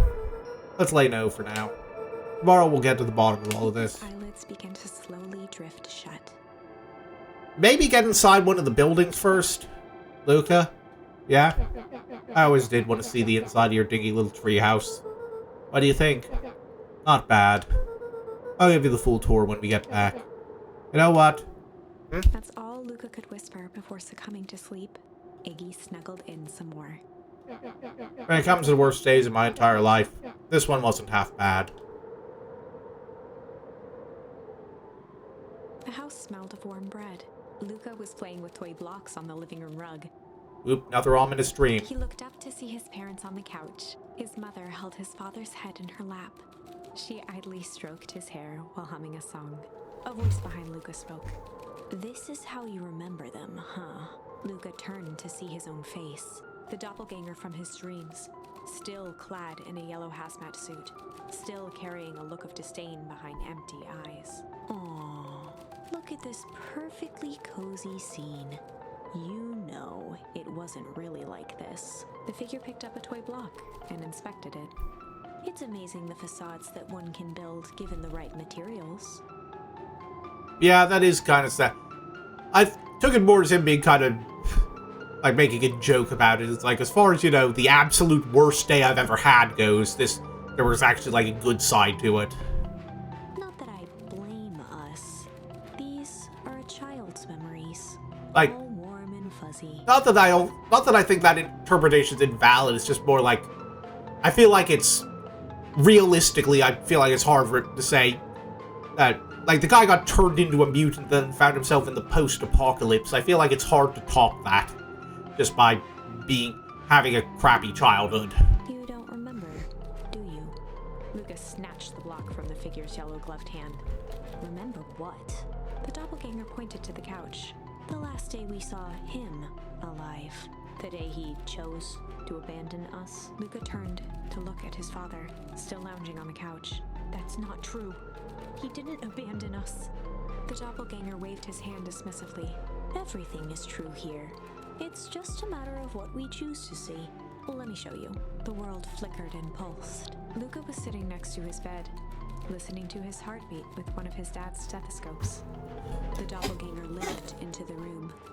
Now, we both know that's not how this went. He grabbed Luca's hand and guided the stethoscope to the floor. Luca heard muffled shouting, brought close by the stethoscope. It was his parents, fighting. Ooh. Do you remember what we did next? Luca gave a slow nod and crept down the hall to peek through the banister. He could see the outline of his mother at the bottom of the stairs. Damn it, Walt. We can't afford to get involved in this. She was scared. His father stepped forward. What am I supposed to do? Just watch? There's a sickness in this town, and we both know who's behind it. I swore an oath to help people. I won't turn my back on them. Luca's mother grabbed Walt. She was crying, pleading. I can't lose you. Walt calmly removed Eleanor's hand from his shoulder. What's right is right, and what's wrong is wrong. I could never live with myself if I let Sharper get away with this. Eleanor raised her voice. Spare me your bullshit platitudes. Oh, that's where he learned that word. What about our son? Luca flinched, dropping the stethoscope down the stairs. Walt turned with a panicked smile. Luca, is that you, buddy? With tears in his eyes, Luca descended the stairs. Mom? Dad? What's going on? Walt dropped to a knee to meet Luca eye to eye. Nothing, buckaroo. Your mom and I just got a little overexcited is all. Luca placed the stethoscope against his father's chest. His heart was racing. It sounded like you were going somewhere? Walt gently removed the device from Luca's ears. Listen to me, Luca. I have some business to take care of. I'll be back in time to tuck you in. Luca hugged his father tightly. Promise? Walt stood up and walked to the door. He glanced over his shoulder. I promise. With a wink and a grin, he put on his hat and strode out into the evening sun. Hello, weird dog. Approached soundlessly from the foggy snowfall. It stood above them, lingering in contemplation. Slowly raising one hand above Iggy, it snapped out 2 brisk raps on his head. From a deep slumber, Iggy sprang up defensively. Get your hands off me. Whether it was the calming presence or the recognition that he was not in danger, Iggy felt his clenched fists lower. Okay, I'm trying to think if that looks like a younger version of anyone we know. Just what do you think you're doing? Luca looked up, gradually remembering his whereabouts. The figure exhaled a cloud of warm vapor. You two certainly have caused a lot of commotion. What's that supposed to mean? Take it easy, Iggy. We were asleep, minding our own business. You're the one running around knocking on people's heads. I'm sorry if I hurt you, Iggy. You didn't hurt nobody. Anybody. Huh? Oh, I see. You think you're better than me, you... When it came to complete strangers, Iggy had trouble cobbling together an insult. Oh, good to know. You big-hatted, scarfy-necked furball. Iggy, we're all furballs. Okay, let's lower the temperature a bit here. Interesting choice of words. I mean, let's all just calm down. Who are you? A friend. An observer. A hitchhiker on the infinite expanse of possibility. Great, how about a name? If you must call me something, you can call me Nat. Iggy huffed with gratification. How about you make like a gnat and buzz off? Very well. Nat began to turn away indifferently. Wait, do you live here? You might say that. Do you know where we are? You might also say that. Look, pal, we just want to find a safe way out of here. You gonna help us or not? Before knowing how to leave, one must know where they are. Right, that does it. Look, I don't know about you, but I'm getting out of here one way or another. Iggy turned sharply and began to stomp off. Enough with the riddles. Iggy, wait up. Realizing he'd worn their patience then, Nat relented. Oh, good to know. Sorry, I thought it was a girl for some reason. Very well, I suppose this isn't the time for metaphors. I'll show you how to get back home. Luca and Iggy turned around with hope in their eyes. Come here. Nat took a deep breath in. Close your eyes. Nat exhaled slowly, then snapped his fingers. Okay, open For them. a brief moment, Luca and Iggy let themselves believe that some great magic was about to unfold, until they opened their eyes and found themselves in the exact same place, cold and disheartened. This is your home. This is Beacon Pines. Look, Nat, we don't know how we got here. Maybe we summed through some time travel gate in Weep Wood, or we teleported to some alternate universe, or this is all just some cruel experiment by Kerr and his goons, but this is not our home. You're inching closer to the truth. Alas, the reality is much less fanciful. Just give it to us straight. So be it. As I said, this is Beacon Pines. The original true Beacon Pines. Ha! Knew it!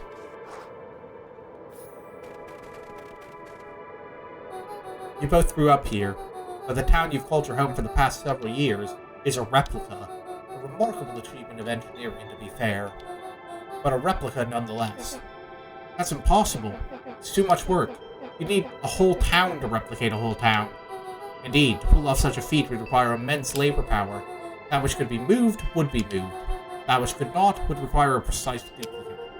Who would have noticed? Someone would have noticed. You'd think so, unless the auditing was impeccable. A mind-numbing attention to detail.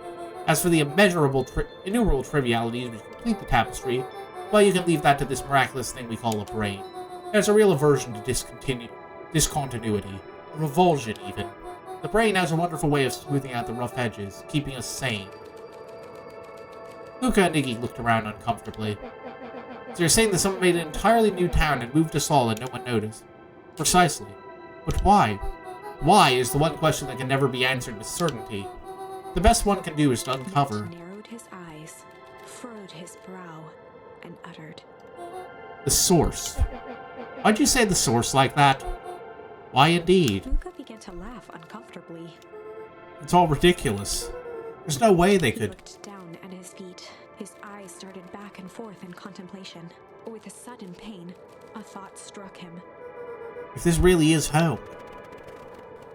He sprinted off into the pale distance. As Iggy turned to follow, Nat called out, Iggy, it's not too late to turn back. Simply head west through Weepwood.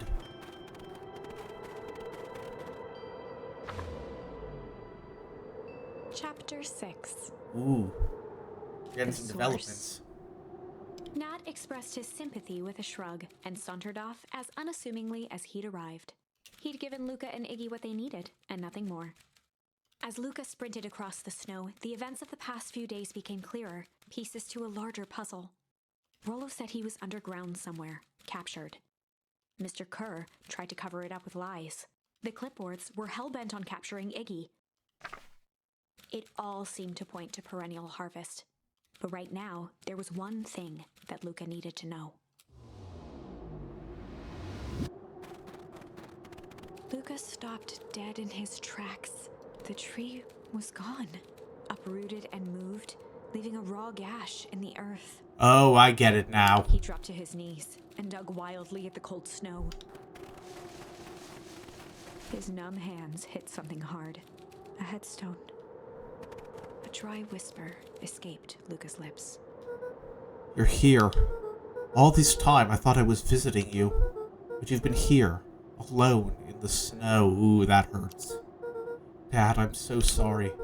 They ruined your favorite spot in the world. Our favorite spot in the world. Dad, what do I do? There was no reply. Just snow-covered silence. Why'd you give me the slip like that? What if I couldn't find you, you jerk? Iggy finally noticed the tears welling in Luca's eyes and the snow-covered grave. Oh.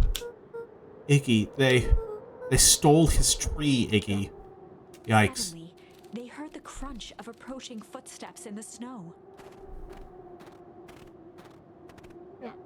We gotta hide. 259K. Fall off distance still good. Dude, did you hear me? I said 259. Sorry. You ever think about what we did here? We saved a whole town of people. Doesn't feel like it sometimes. What about everything we left behind? That's the grave of someone with a family. The people who loved them will never know the truth. The truth is He overrated. bent down to scoop up a snowball and lobbed it playfully. Hey. Don't be such a downer, dude. We took this job to change the world. Yeah. Come on. It's almost lunchtime. Haha, weirdo. Why do you walk like that?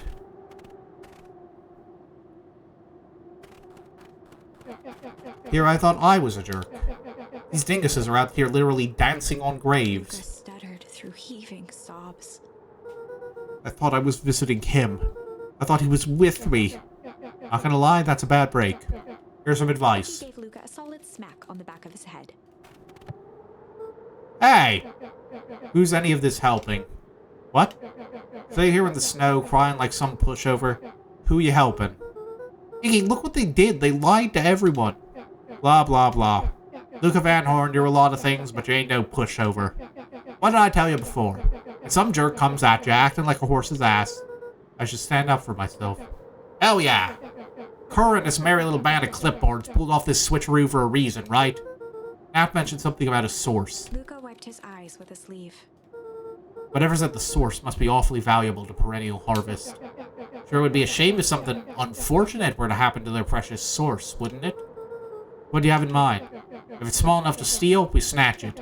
If it's too big to snatch, we smash it. And what if it's too big to smash? He flashed a mischievous smile and cracked his knuckles. I'm always up for a challenge. I'm gonna make this right, Dad. I promise. Let's do this. Fuck yeah, let's steal from a major corporation. It can get awful cold out there in those woods, Luca. Probably best you two stay put and conserve your energy. Help's on the way. Where's Rollo? Where's my mom? Yeah, I'm liking Iggy a lot more now. Did you kill her? Oh, heavens no. Do I seem like a killer to you? Iggy and Luca shared a skeptical look. Well, do I? Ah, shucks. Now that hurts my feelings. Screw that guy.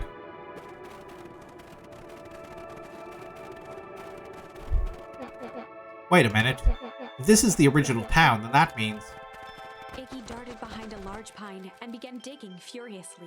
He emerged holding a shoebox with a crude skull painted on its lid. What's that? Long story. So a few years back, I came into possession of some premium-grade fireworks. Not the wimpy firecracker stuff they give kids. The good stuff. So why'd you bury it under a tree? That's the long part of the story. You and Rollo were doing chores at Rollo's chicken coop, and you guys pissed me off for some reason or another. Rolled his eyes with realization. No, you didn't. Iggy stifled a chuckle. Yep. I just wanted to give you guys a little scare. I was like, oh, yeah, there was something about the chicken coop being on fire. That was why Rollo screamed the thing about the flaming chicken coop. I think I remember that now. It slipped my mind from the last stream. But like I said, these were some primo fireworks, so I might have underestimated things. You blew up the chicken coop? I prefer to think of it as an incendiary redecoration. Sorry, but you should have seen the looks on your faces. Rollo got grounded for months, which is why I needed to stash the evidence and lay low. So I buried them under that tree. When I came back for them later, they were gone. I figured some grown-up found them and tossed them. Triumphantly raised the shoebox. Turns out it wasn't the fireworks that got moved. It was us. Unbelievable.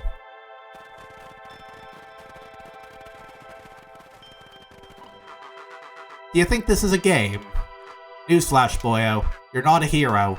You're a little brat who's in way over his head. A hero is just someone who refuses to give up. Comics these days are rotten children's brains. Everyone thinks they're a spaceman superhero. I was also always partial to Hank Atomic myself. Is that so? You really think you have a chance against us? You have no idea how powerful we are. Prepare for blast-off, loser. Right, let's do some violence.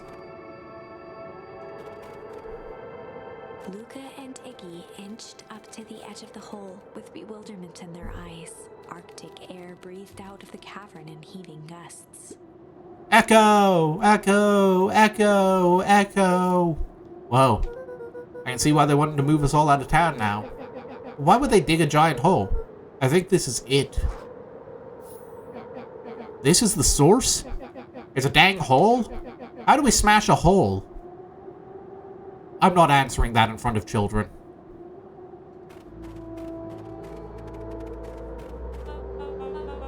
Oh, it's much more than that, my annoying little friend. You really want to be out here in a sweater vest, my man? Kerr. Where's Rollo? I wasn't lying before. He's safe. Well, safer than you two, at least. Rats, it's called. You just had to drag me all the way out here, didn't you? Mr. Kerr gazed down the abyss in contemplation. It really is something, isn't it? What did you do to our town? What is all of this? Well, that's a doozy of a question.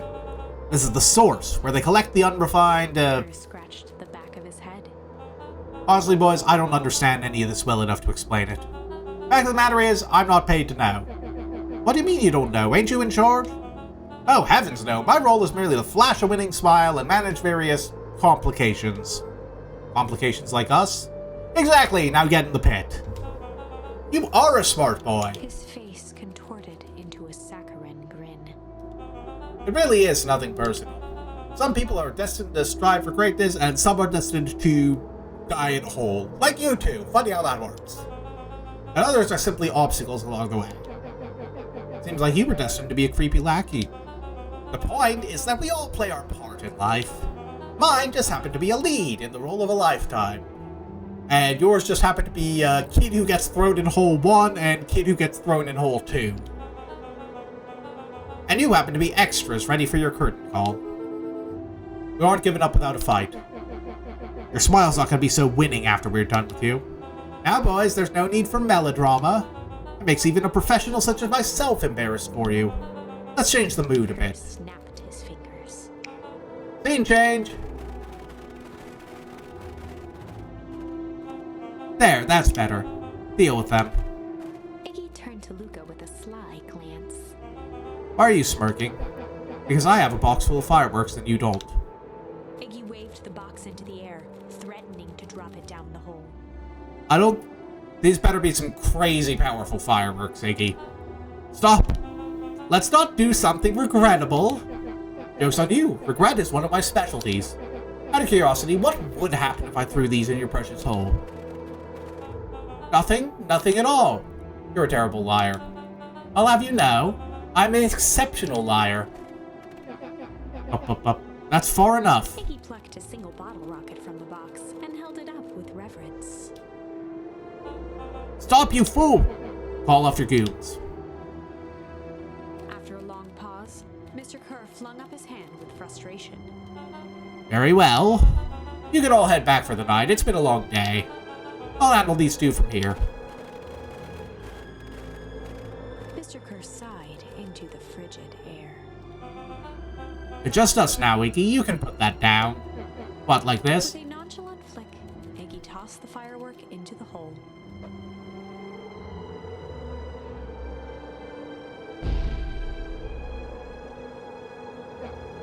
Ooh. Whoa. Growl, Kerr leapt at Iggy, crashing through Luca.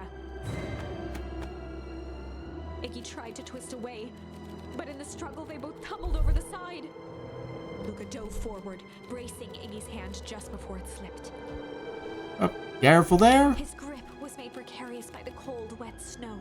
And by the full-grown adult hanging from him. Kerr further down, clinging to Iggy's coat.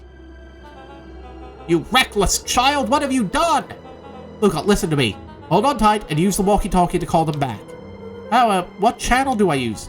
It doesn't make a damn difference, they're always listening. If you do that, the clipboards will just haul us up and snag us both.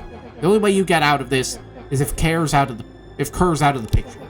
Just let go and save yourself. If he lets go, we both die. I don't want to die, but seeing the look on your face almost makes it worth it. Mr. Kerr, you've had a long life. Why don't you actually do something selfless and just let go? Mr. Kerr gasped with insult. Long life? I'll have you know I can still play 25. You should have heard me sing the part of Phileas Young. With a wild look in his eye, Mr. Kerr began to hum a proud melody. Dum-dum-dum-dum, dum-dum-dum-dum. Wow, can you believe this guy? Luca's hand began to cramp. His voice began to crack. Kerr, just let go. No can do. If you want to save your friend, you'll have to save me too. Luca, look at me. It's okay. Luca felt Iggy loosen his grasp. You aren't going to kill your friend like that, are you? Every muscle in Ooh, this is a heck of a dilemma. I'm not his friend. Yes, you are. Nah, I'm just no good bully. Like you, Kerr. Oof. Luca felt Iggy, his no. hands slipping. I told you what you need to do with bullies. I can't. It's your only way out of this mess. Two birds with one stone.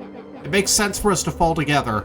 Wackadoos travel in packs. Calm settled over Iggy's face. Jesus Christ, how did Iggy go to becoming the best character in this game in one chapter? Luca, let me do this. His voice was colder than the bitter air billowing from the chasm. Let me do the right thing for once.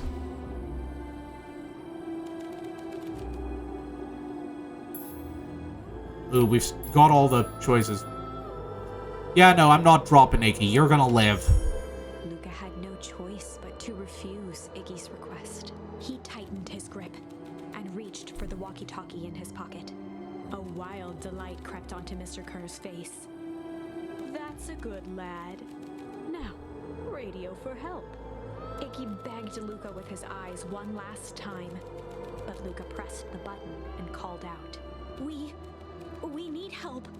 Mr. Kerr is in danger. It wasn't long before they were once again surrounded by clipboards. Mr. Kerr we're just going straight into the ending. There you are.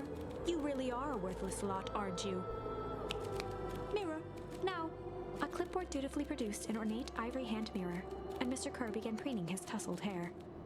Ah, that's better. Mr. Van Horn, I applaud your sharp thinking under duress. I'll put in a good word for you with the founder. Take them away. Okay, so one thing we did get out of this bad ending is I think my theory from last time that Solomon is sharper, rejuvenated to a younger age, or I think that's going to be the big twist. A swarm of hands overpowered Luca. The last thing he saw before a cloth bag was pulled over his head was the defeated look on Iggy's face. The end. Worth a shot. I think this was one of those times where doing the right thing was the wrong thing.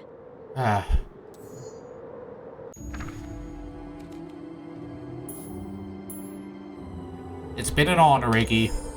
Luca had no choice but to accept Iggy's request. With a quiet blink, Luca watched a teardrop sail down into the howling void. As his fingers slowly gave up, he met eyes with Iggy. Good.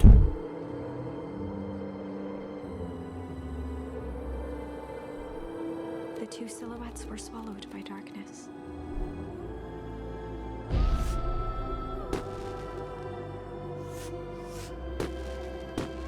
Iggy, those are supposed to be going off inside the hole.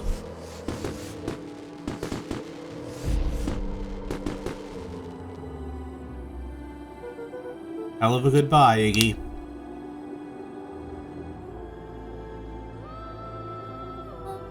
Luca, you should really step back. What? Quickly.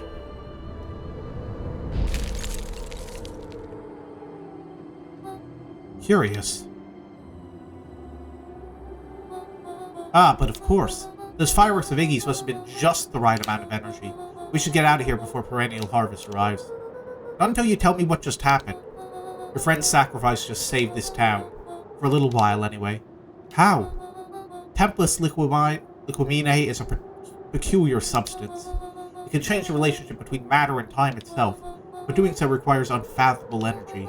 In a closed system, that energy can only come from its surroundings. A useful side product of this property being, by adding precisely the correct amount of energy to it, one can create a cryogenic cascade. Does this gunk make things cold and the fireworks made the whole freeze over? That's one way of putting it, yes. As dumb luck would have it, the fireworks weren't strong enough to generate a runaway reaction. I shudder to think what would have happened in that case. Okay, so Gran fucked up. Got I it. have some idea what that would look like. Yep. It'll take them a good while to safely break through and access the source again. If you know all this stuff, why haven't you been helping? I have been, in my way. Each one of us has our role to play. Iggy's role, it turns out, was to buy us precious time. Mine has been to observe and wait. Wait for what? You. Me? Why? What's my role? A fierce twinkle flashed in Nat's eyes. Luca Van Horn, you are going to save the world. With a chuckle, Nat turned and walked west. Dumbfounded, Luca followed behind him, trudging through the snow. Every step taking him further away from everyone and everything he knew, and closer to destiny. To be continued in Beacon Pines, Pines Harder. I don't think we're actually getting Beacon Pines Revenge Harder. served cold. Second time's a charm? Oh, I think that looks Wait, important. That's it? This ends with a crummy cliffhanger? Just I when know. it was getting good? I was even starting to like Iggy. This game's really good at echoing what I'm thinking. No way. I refuse to be associated with some never-ending parade of sequels. So whoever's writing this book, we know it ain't Scott Cawthon. Let's go back and find something more definitive. Okay, what else we got here? we haven't poked around with. I think we gotta go back up here and try and be clever about interrogating Mr. Tolliver.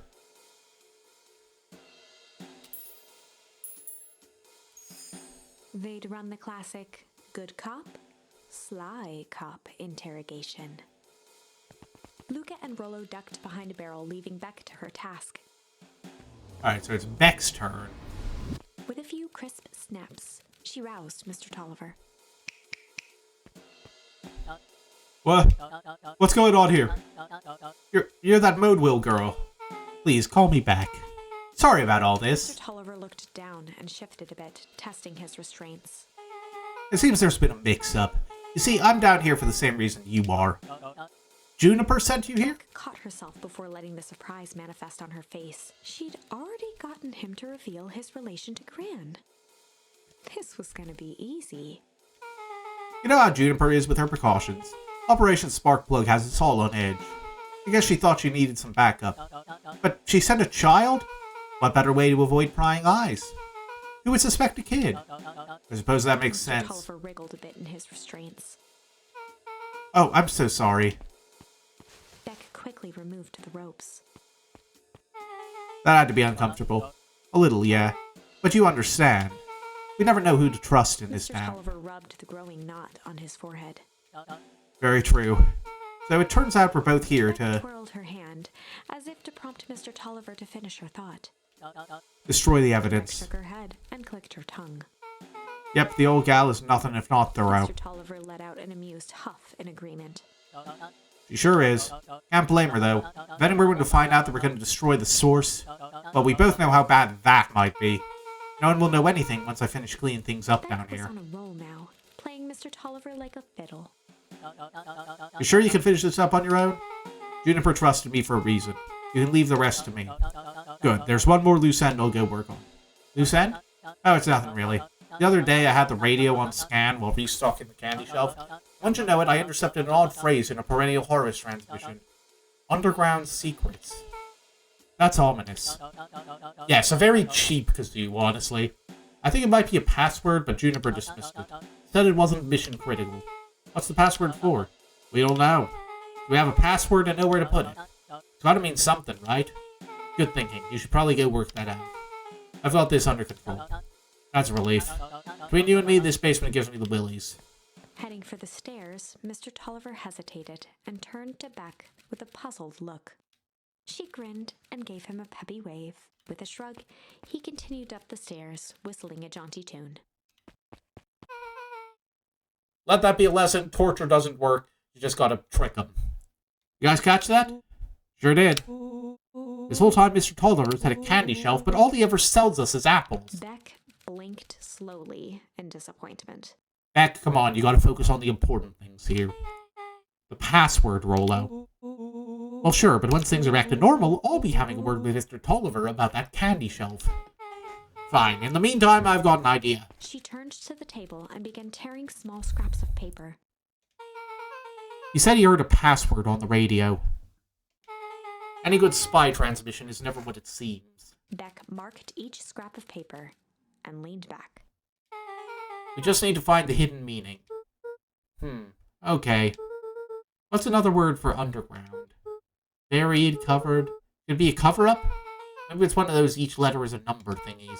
So U would be 21, N would be 14, D would be...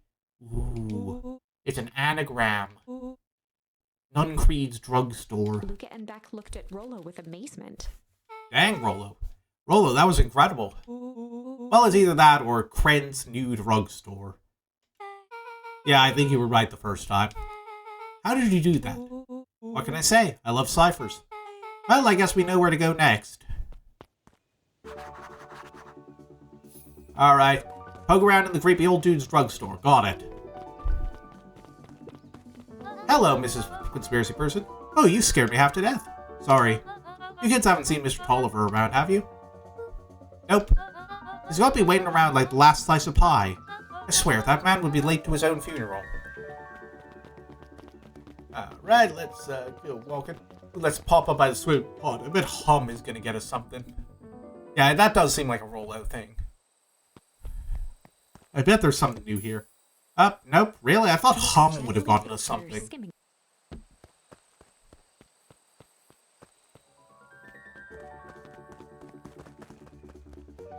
Let's, hop around here.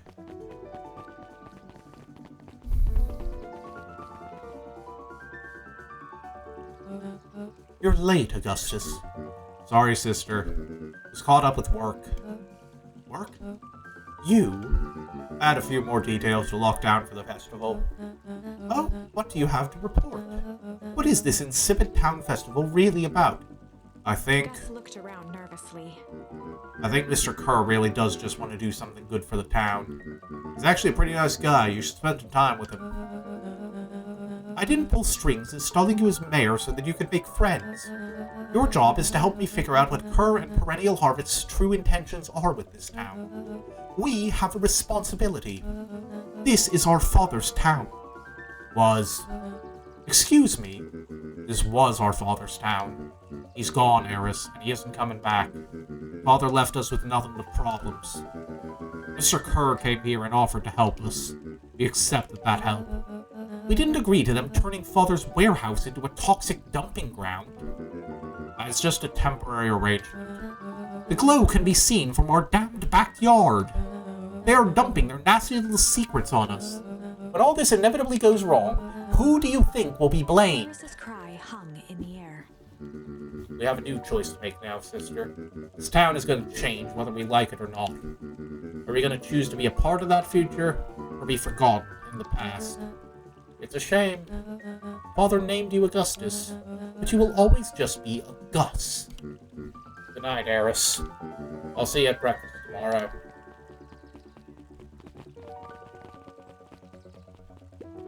It's getting late, children. Hey, you got anything ominous to say, Gator Girl? Knowledge, he spat with a sneer. There exists a gulf between knowing something and being able to do a damn thing about it. I do hate it when the villain makes a good point. Any chance we can pop up by the diner and do that minigame? Nope, they're closed. Alright, heading down and around. Off to the shady drugstore. Oh, hello, Solomon. We were just talking about you. Solomon stood proudly at the entrance to the drugstore, holding a brown bag overflowing with black licorice. Hey, Solomon. We were looking for Mr. Nungreed. Is he still in there? I'm afraid not. Then where'd you get the candy from? You might say we have an arrangement. Solomon shoveled a surprising amount of licorice into his mouth. Sometimes it's the small pleasures in life. Though we might not always have family to rely on, licorice has never let me down. Well, I can't say licorice would be my first choice, but whatever floats your boat. You can tell a lot about a person by their choice of confection. For instance, licorice is a candy typically enjoyed by the older people, and oop, I may have said too much. Oh yeah, I guess. I like sour gobs.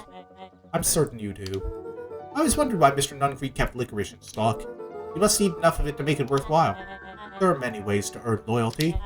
For some, it's as easy as cold hard cash.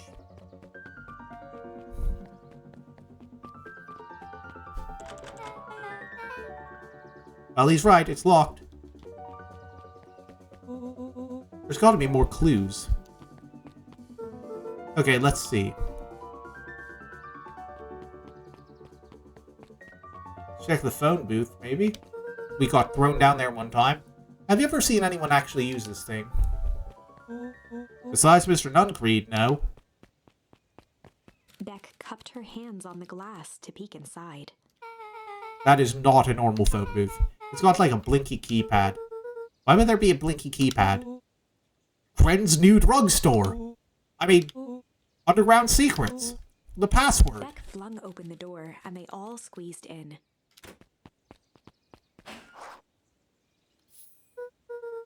Alright, let's see here. Luca cracked his knuckles and entered the letters into the keypad. Underground secret. Sounds like that did something. Great, now what? I guess we... What? One side of the phone booth dropped loose from its shell. Without even the space to panic, they closed their eyes, held their breath, and accepted their fate. Suddenly, the chaotic descent slowed to an effortless landing.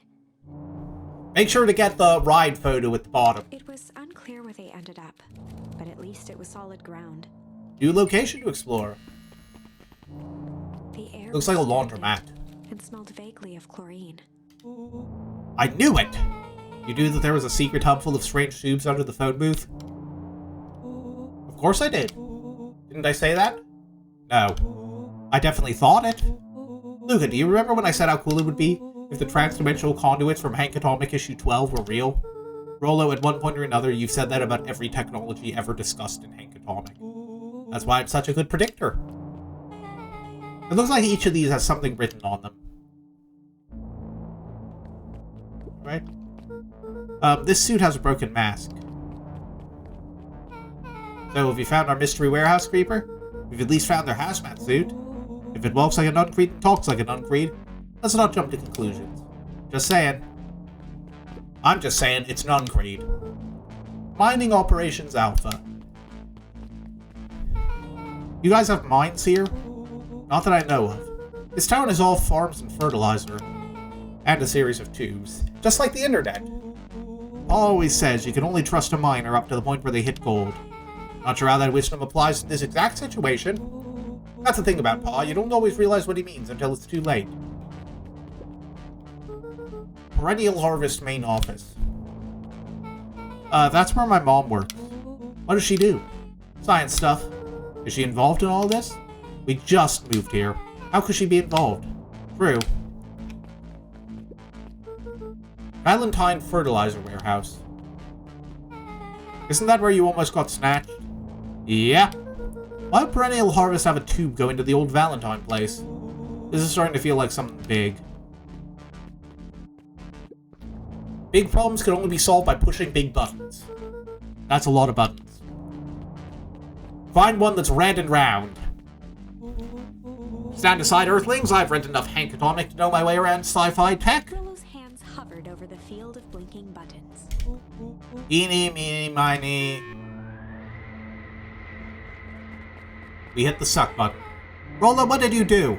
Nothing. I didn't even mow yet. What was that? Hide. Where? There's nothing but weird tubes down here. Just get back. Oh boy. Shit. You have a way with words, Mr. Dugfeed. Shit. Shit. Awesome! You all need to come with me. Now. We aren't going anywhere with you. Not until we get some answers. Mr. Underground Secrets. I told them it was an absurd password. But they love anything that makes them feel clever. They who? That's no matter. If I can keep you hidden until after the festival, I might be able to save your skins. We don't care about our skins. Hold on now, I like my skin. This all stops now, Nuncreed. Joseph waited for a moment in silence. You sound just like him. Who? Walt. You don't get to talk about my dad. You know, your father and I were friends back before. Gestured toward the strange tubes. All of this. That's a lie. It's true. I used to bounce you on my knee. What happened? Same thing that always happens. Reality, complications, life. They paid me a shit ton of money to kill your dad. We were a team, Walt and I. An idealistic doctor and a bright-eyed pharmacist. Both hell-bent on helping folks. So you were his sidekick? No. We were partners. He helped the patients and I helped him. Yep, total sidekick. Nuncreed let out a growl of a sigh. Luca, I need you to know this. I need someone to know this. One day, Sharper Valentine comes to us. Says he's got an opportunity. He'd found something he didn't quite understand. And he was willing to pay us both handsomely to help him understand it. And my dad said no. Your father and I both believed in helping people. But the thing I could never get him to understand was, it's a lot easier to help others if you help yourself now and then. Classic sidekick into villain plotline. Walt loved being righteous almost more than he loved his family. He was wrong about one thing, though. When he begged me not to take Valentine's offer, he said, Joseph, if a person says yes one time to Sharper Valentine, He'll make sure they keep on saying yes to him until the day he's dead and gone. He shook his head wistfully. Sharper's long gone, but he's still got me saying yes. Is there a point to this sob story? Not really, no. Just an old man trying to delay what needs doing. Nuncreed took a menacing step towards the children. If he grabs one of us, there's two of us left to kick him in the ghoulies. I tried to keep you safe. I tried to keep you and Juniper out of this, but you forced my hand. Luca began to laugh. What? You really don't know? My gran isn't out of this. She's been scheming right under your nose. Juniper? Seems like she's planning on crashing the town's party. She's going to disrupt the festival.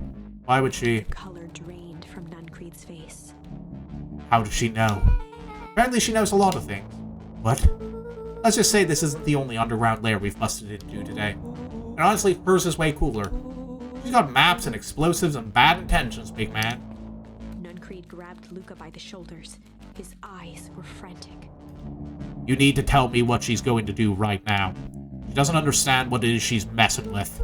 Tell me now! She's in danger, boy! I don't know. You had a map with a mark on the fountain in town square.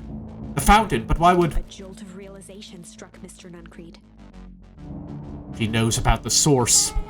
What the heck is the source? I think we should have done this one first. Before the other one. If she tries to destroy the source, it could catalyze it. Dear God, she's going to freeze us all.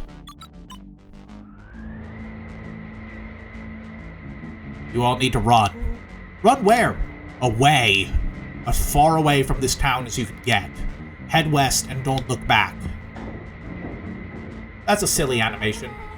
That did not go how I expected. So, we're totally following him, right? Totally. See you on the other side.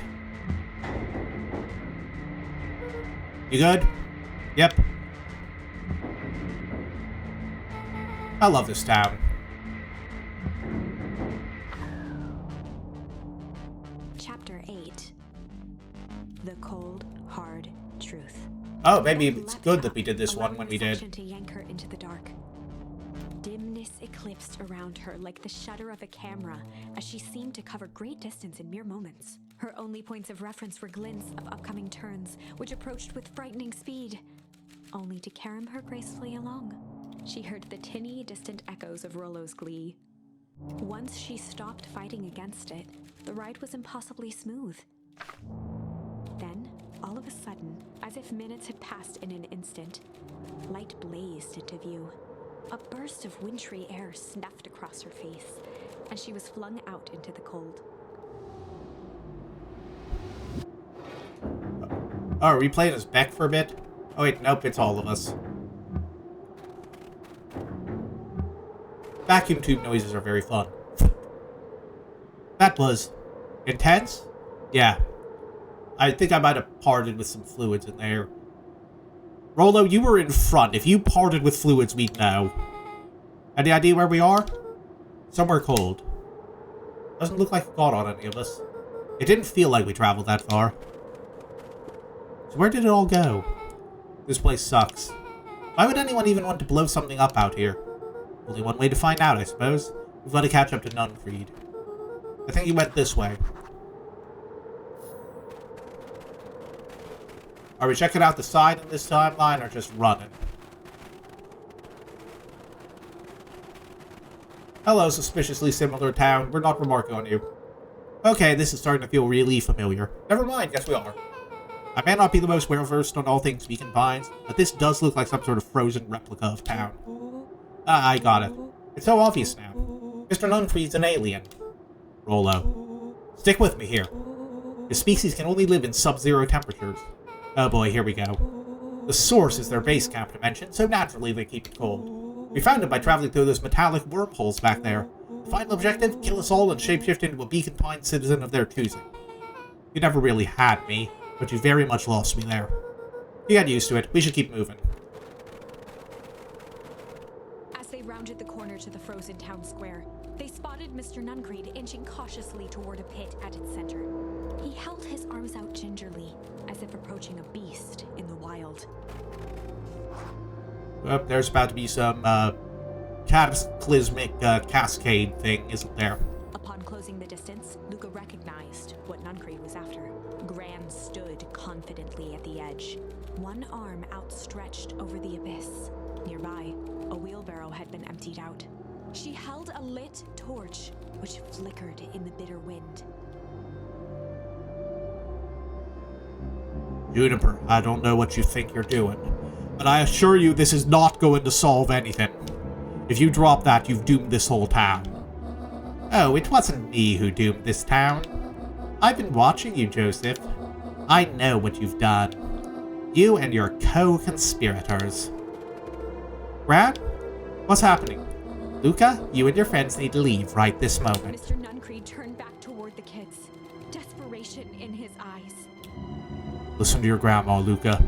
This is between me and Juniper. Rollo and Beck held steadfast in awe. Luca approached closer.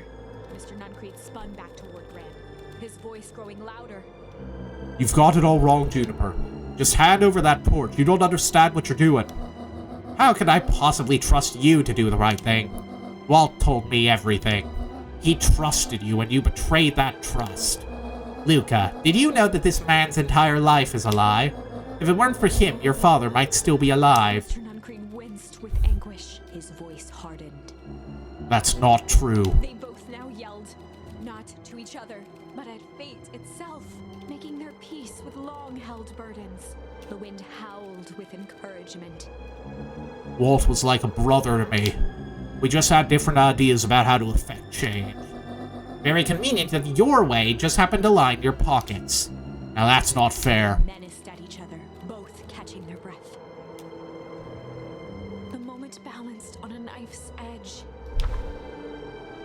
We're gonna have to pick someone to shove in the pit. Of emotions and memories, Luca's mind flooded with questions. The wind calmed, as if to give him the stage.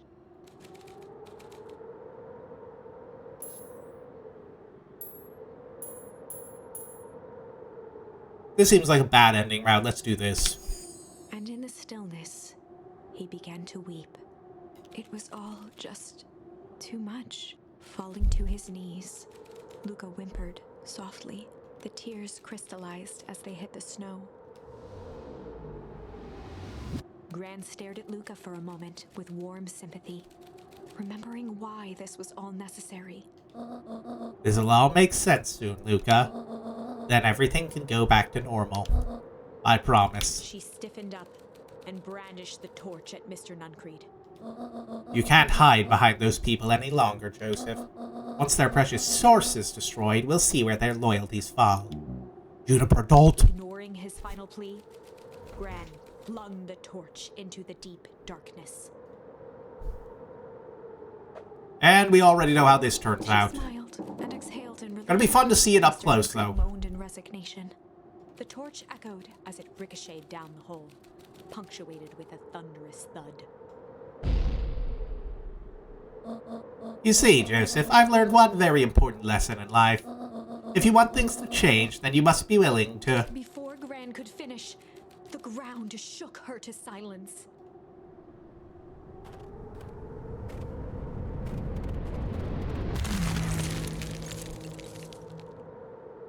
Yep. Gran only had time to spin around and run to Luca. Her attempt to shield him, an honorable but trifling act. Unflinching love, pitted against an unthinking horror. There was no contest. Her warm embrace froze in an instant. The narrator's voice actor is really good, by the way. That is where they remain, fixed in place, forever. And so, our story ends on this melancholy scene. In a town brought low by its secrets, sits the frozen statues of a misguided band of meddlers. The end. Well, that was dire. On the bright side, we finally figured out where all the ice is coming from. Now, we just need to find a way to deal with a mystic, unfathomable force of nature. Alright, let's try humming now. So yeah, I guess we were supposed... I guess the idea... I think we got hum on the other route, so I guess the idea is we were supposed to do this one first, and then do Iggy's route and get hum there, and then we can bring it back here. And in the stillness, he began to hum. After the death of his father, Luca had trouble sleeping. Each night, his mother would sit at the foot of his bed and hum a gentle melody. It was the only thing that could calm his mind, the only thing that, however briefly, could make it all seem okay. That melody pervaded every memory Luca had of his mother. Shivering in the raw snow, he began to hum it out loud.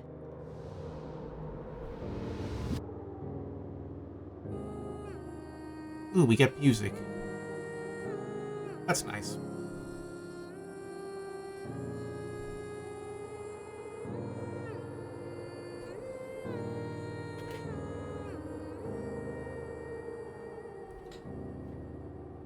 Oh wait, am I in control? Am I supposed to move? The torch, listening closely. As recognition slowly set in, her heart sank. Those countless nights of consolation, the incomparable loss they shared together. She let the torch fall to the snow and sizzle out. Ooh, right as verted. Steps toward Luca was all she could bear before dropping to the snow herself.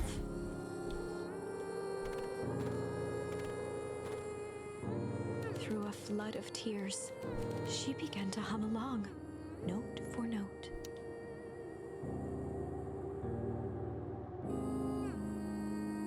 Aww.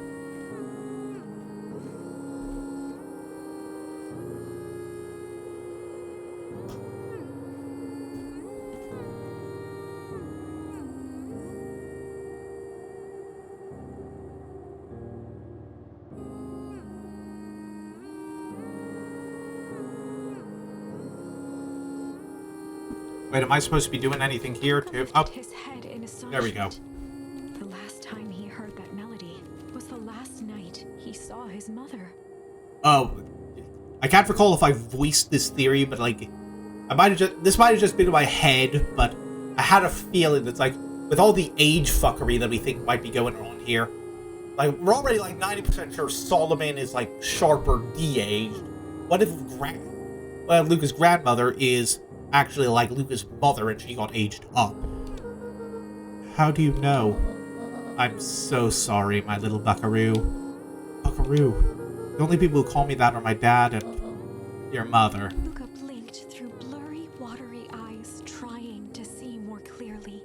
He could just make out the impression of a familiar face. He peered across the snowscape at the woman on her knees. Something about her was undeniably his mother, only smaller, older, changed. Mom? That's right, buckaroo. Mom! Luca sprinted as fast as he could toward his mother. They held each other close, and the cold retreated from their bodies. Eleanor, I thought you were gone. You should have known I would never abandon my son. Eleanor looked down at Luca, tightening her embrace in an appeal for forgiveness. Oh, you're a smart man, Joseph. I thought you would have pieced it together by now. You were exposed. Mom, I don't understand any of this. What happened to you? Where did you go? Why did you leave me? I never left you. I was always right here, Luca. Why did you lie to me? It tore me up, Luca, but I did it to keep you safe. I thought that getting answers would help us both move on. But the more I discovered, the more I realized the danger we were in. Till perennial harvest was stopped, it was better if everyone thought I was gone. Yep, that's gonna be concerning. You could have trusted me. These are bad people, Luca. They won't stop until they get what they want. And they don't care who gets hurt in the process. Then what do? We have to stop them. Joseph slumped into the cold, wet snow. They can't be stopped. This is too big. I tried beating them at their own game. I'm done fighting fire with fire. For the first time in a long time, her voice felt like her own again. No more lies. I see now there's a better way to stop perennial harvest. The cold, hard truth. Luca gazed down at Nuncreed with pity. He looked small. Joseph stared into the snow, as if searching it for answers. Come on, everyone. We've got a party to crash. Yep, so I feel like knowing 100% that this is like an age jumping around thing confirms that Solomon's going to be the real bad guy here. You don't understand. He always wins. Chapter 9. The Devil You Know. 7 months ago, Eleanor Van Horn crept down the maze of we're getting sterile flashback. hallways under perennial harvest. She stopped in front of the large steel door marked Deep Engineering. No turning back now. She raised a trembling hand. The stolen keycard worked as promised, and the door buzzed open with mechanical efficiency. She was immediately hit with the smell of disinfectant. It was some sort of laboratory. In one corner was a desk covered in papers. Across the room stood a tall metal pod with hoses protruding from its base. She rushed to the desk and began shifting through the piles of papers. They were experiment reports on something called Tempus liquamen. There were dozens of them, every one stamped failed. Eleanor heard the sharp echo of footsteps approaching. She was out of time. Her eyes scanned the room, eventually landing on the strange pod. Muttering a curse under her breath, she dashed over and dove inside. And this is why we don't dive into the weird pod. And that is what change is all about.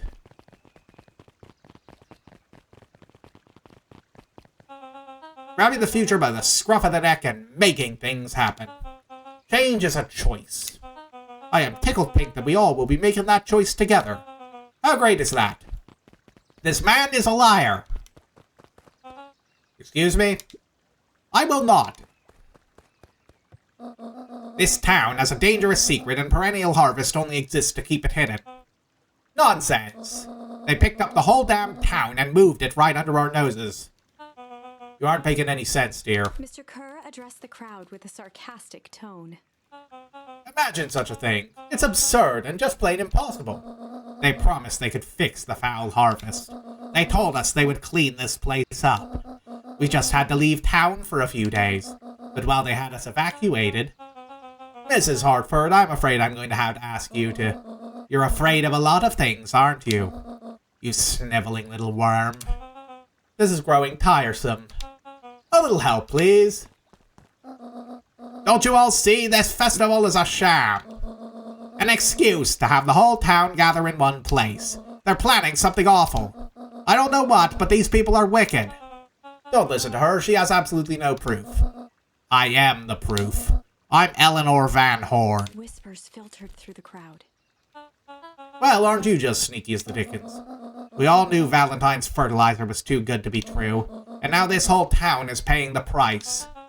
Ladies and gentlemen, I am so sorry about this disruption. My associates will take this obviously disturbed woman somewhere comfortable, so that she can get the help she needs.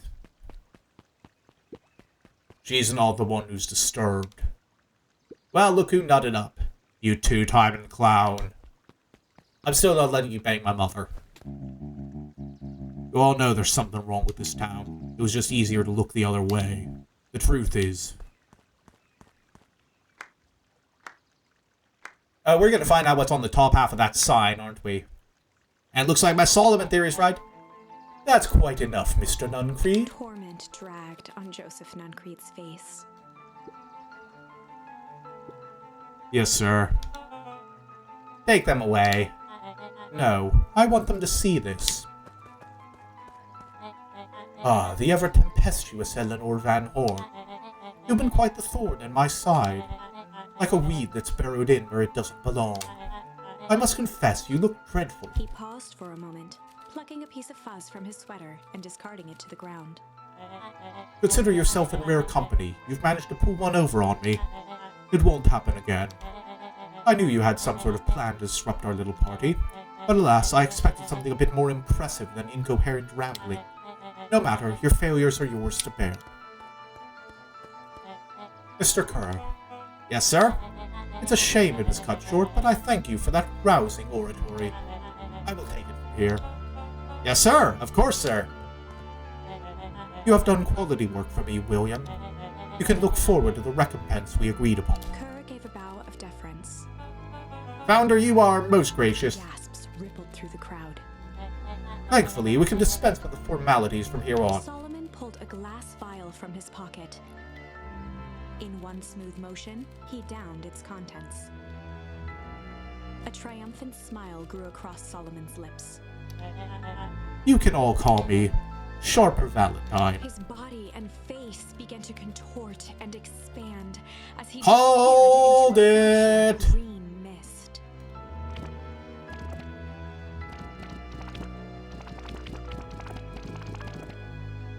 A hushed horror gripped the crowd. This is a story about change. What? No! So you didn't see that coming.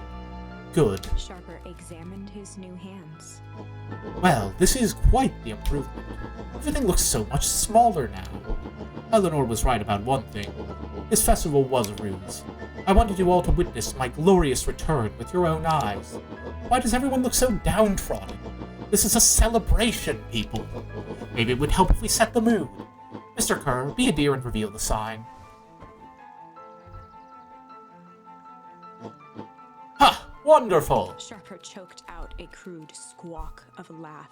Frustrated grumbles sprinkled through the crowd. Sharper, you malicious bastard! Ooh, we got a new word. I'm glad you're back so I can tell you to your face. You destroyed this town. We ain't gonna let you get away with it again. Sorry, this is not the time for audience participation. Some assistance, Mr. Kerr? Kerr gave a subtle nod to the clipboards. You coward! Does anyone else have something to contribute? A helpless quiet settled over the crowd. I thought so. Did you all truly believe you could be free of me? A town of complete and utter fools. You people should be celebrating my return. You're clearly lost without me. And that leads me nicely to my children. Daddy, I gave you both the greatest gift a parent can give, the opportunity to prove yourself in my absence. Squandered. To say I am disappointed would be an understatement. But Silence, Augustus. An adult is speaking. I don't know which is worse, a son who is completely hopeless, or a daughter with such potential who inevitably lets me down. Eris, you fail me with admirable consistency. Thankfully, I was counting on it this time. Father, I have been wasting time, my dear. What have you accomplished? I was focused on cementing our legacy. Legacy? Who needs a legacy when you can just live forever? But what about... It's all right, kiddo. I'm afraid you suffer from a complete lack of imagination. There's just no helping it. Now then, where is Joseph? You didn't take the opportunity to slip off, did you? Ah, there he is. Everyone should give him a hand. None of this would have been possible without Joseph. I think you've said enough. Nonsense. The people deserve to know how helpful and loyal you've been. I only did what I did because he left me no choice. You always had a choice, Joseph. You were simply too weak to take it. No matter. Cheer up. You are about to be rich beyond your wildest dreams. You should follow Mr. Kerr's example. When I found him, he was in a sorrier state than any of you. An aging actor, desperate to recapture his youth. Oh yeah, he did kind of put on that performance when we were dangling him over the hole. He played his part, and soon he'll be able to play the leading man again. Forever, in fact, if he remains loyal. That goes for all of you. Well, those who haven't already frittered away my goodwill. Beacon Pines is mine again, and I am willing to share its spoils in exchange for absolute loyalty. Are you saying William Kerr was never in charge of Perennial Harvest? Ha! You think that puffed-up blatherskite could have accomplished all of this? Dawn, I suppose it's time for your big exclusive. Sharper addressed the crowd with indignant pride. He'd planned this moment for so long that now, at the deed's fruition, it almost felt frivolous. You see, I needed a figurehead to hold things down while I orchestrated my return. Someone to misdirect, lie, and bilk this town for a spell. So I invented William Kerr. Take your bow, you've earned it. Mr. Kerr flourished a preposterously elaborate bow. Patrick C. Montesquieu, thespian extraordinaire, at your service. Founder, I just want to thank you again for this opportunity. It truly was the role of a lifetime. Wait, so this Bill Kerr was a Pat C the whole time? Oh my gosh, I was wondering why you pointed that out. It seemed like such a silly background detail. Yeah, now I remember it. That's brilliant. Now that your secret's out in the open, what's to stop this town from rising up against you? Oh, that's the delicious part. Fear. Thanks to our clipboards, I know what each and every person in this town fears most.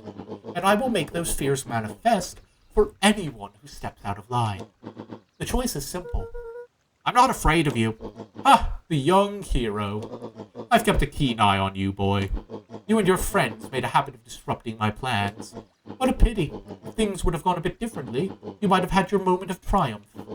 But that's fate for you. You can't do this. Oh, but I can. I have won. Never underestimate what a great man can do, given time.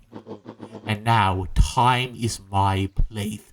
Oh, that would have been a cooler line if I hadn't choked on my own spit in the middle of it. Perhaps the most expensive thing I've ever bought, but well worth it. Ha! Sharper coughed up one final laugh and cracked his knuckles. Enough chit-chat. Let's go to work, shall we? And so, Sharper set about remaking the town in his own image. The fertilizer factory soon reopened for business. Sales rose steadily as more and more farmers across the countryside began to swear by its miraculous properties. Beacon Pines became famous, a secretive town that, for the right price, shared its gifts with all.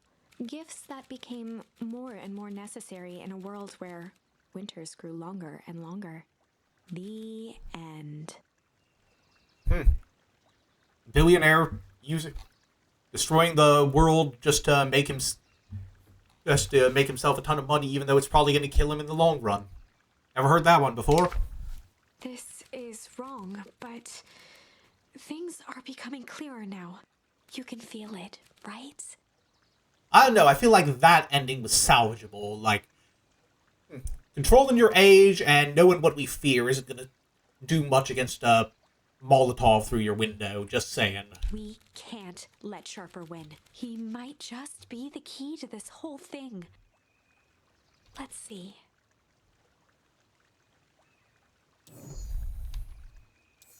Alright, let's see what else we got.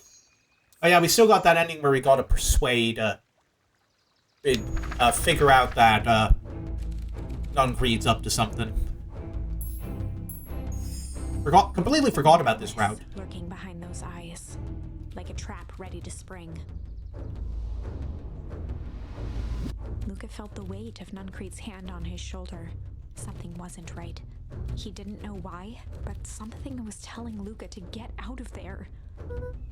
I just want this all to be over. Of course, I'm sure it'll all work out soon enough. I should get going. I told Roxy I'd check for Rollo at the treehouse. Luca twisted free of Nuncreed's grasp. Of course. Luca, you know your dad and I were good friends back in the day. You can come to me with anything. Anything at all. Right? And that is our cue to get out of Dodge. Hello, Solomon. You're having a good day, I see. These festival decorations are a bit humdrum. Now, if I were to throw a festival, it would be a thing to behold. Yeah, I imagine. I agree, this is all more than a little sad. It's worse than sad, it's boring. What if we did a little something to spice things up? I'm listening. You know that festival sign waiting to be unveiled? It would be a shame if someone... The two scurried off, eagerly formulating a plan. That's... I wonder if they... It was supposed to spell something else, and then they...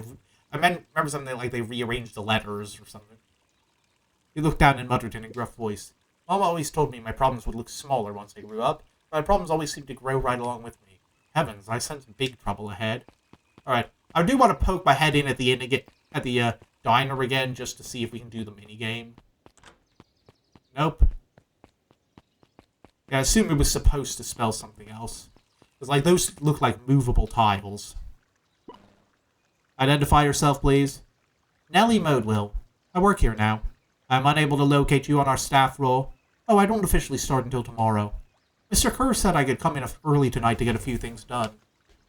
Hold, please. Clearance authorized. Thank you. Our harvest awaits. Hey, Geoff. Whoa, you can get a wrench to the noggin singing up on a guy like that. Don't scare a man while he's drunk and sunny. Evening, Geoff. I'm calling you that on purpose now. Isn't it kind of late to be junkin'? I might as well ask the same thing of you. Find anything good?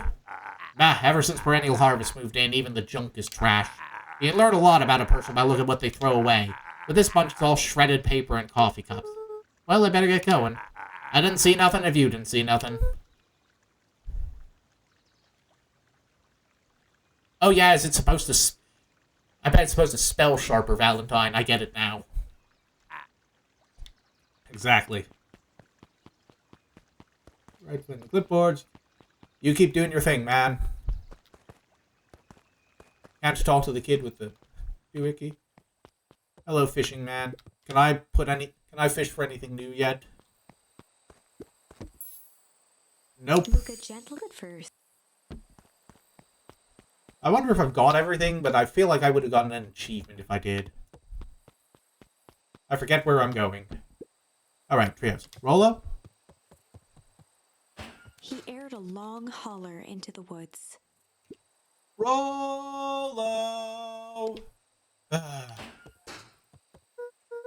Rollo, wherever you are, I hope you're okay. Luca felt his eyes getting heavy and plopped into the beanbag. He conceded to its lumpy embrace.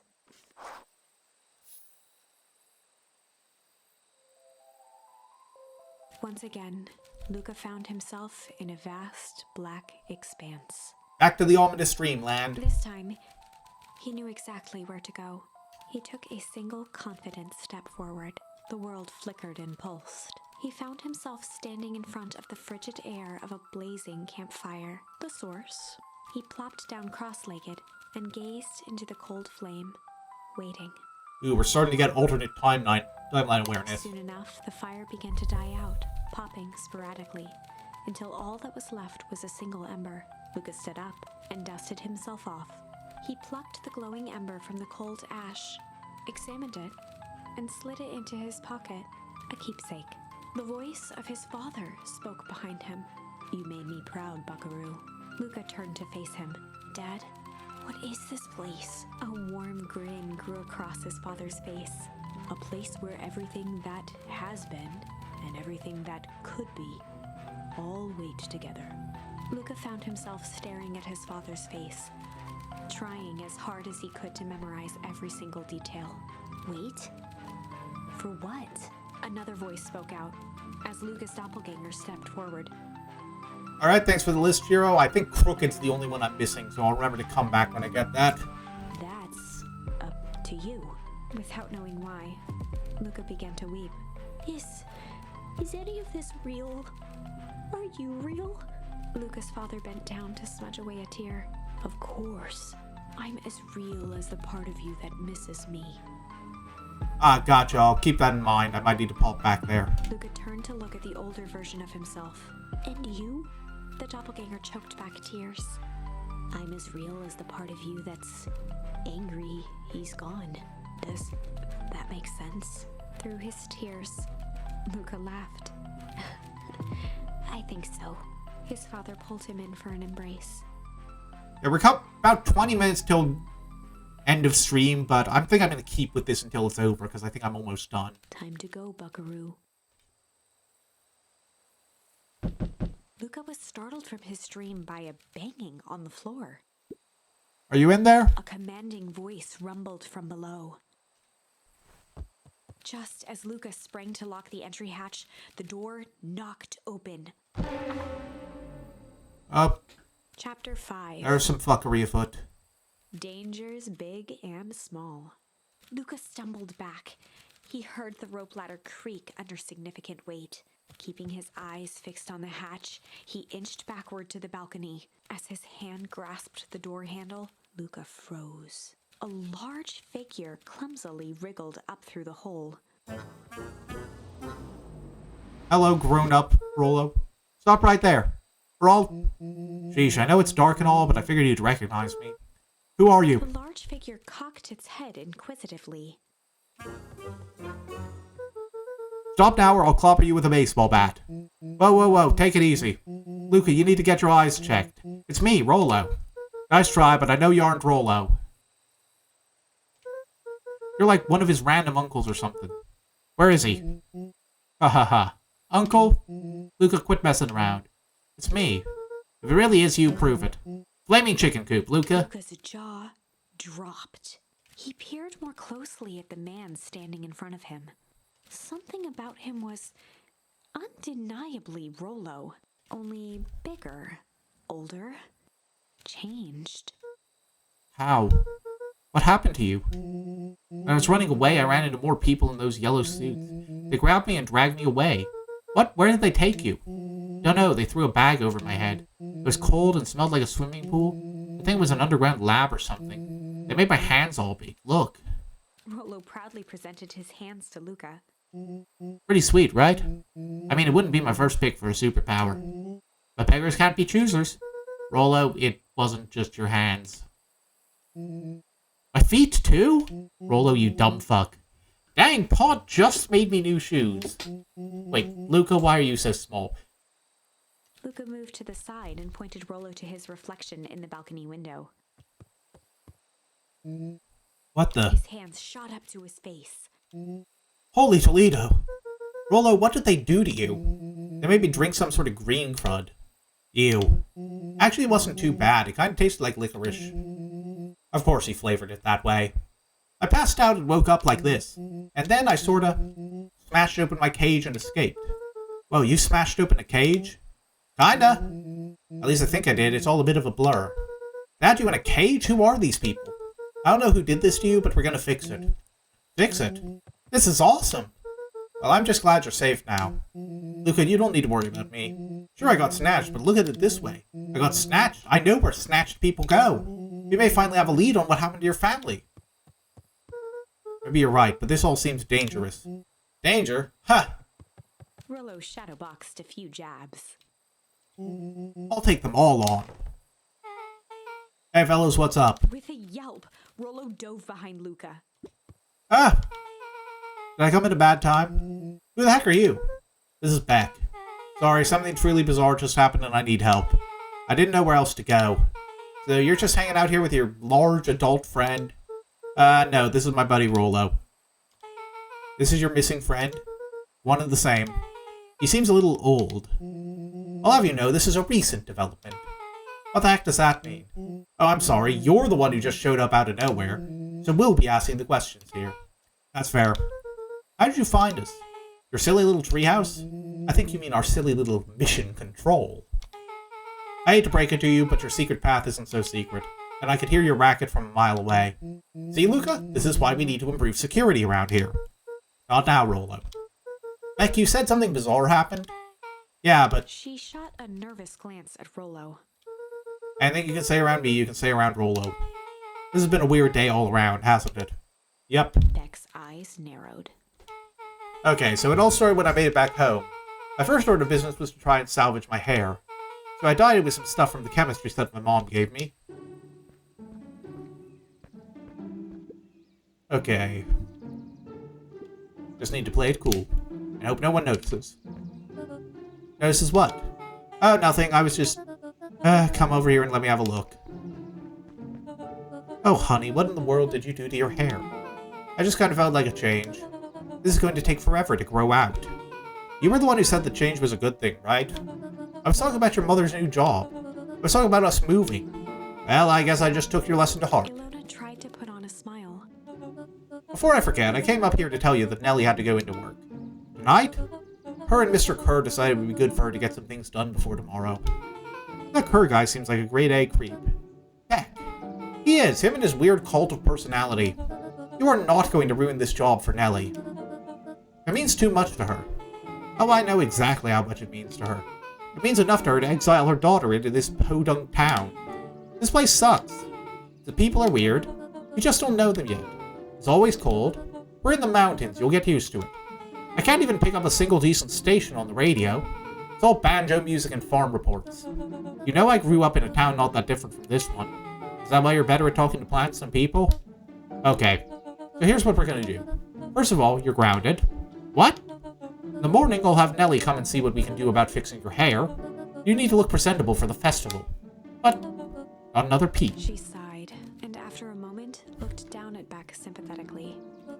I know moving is hard, honey, but that doesn't mean you have to make yourself miserable all the time. Other people seem to have that covered for me. Oh, and if you decide to rebel by dyeing your hair more... She flashed a sly grin and tousled Beck's hair.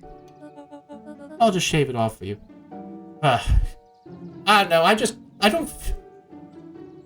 Like, just let kids and teenagers, like, have their hair how they want. It's just...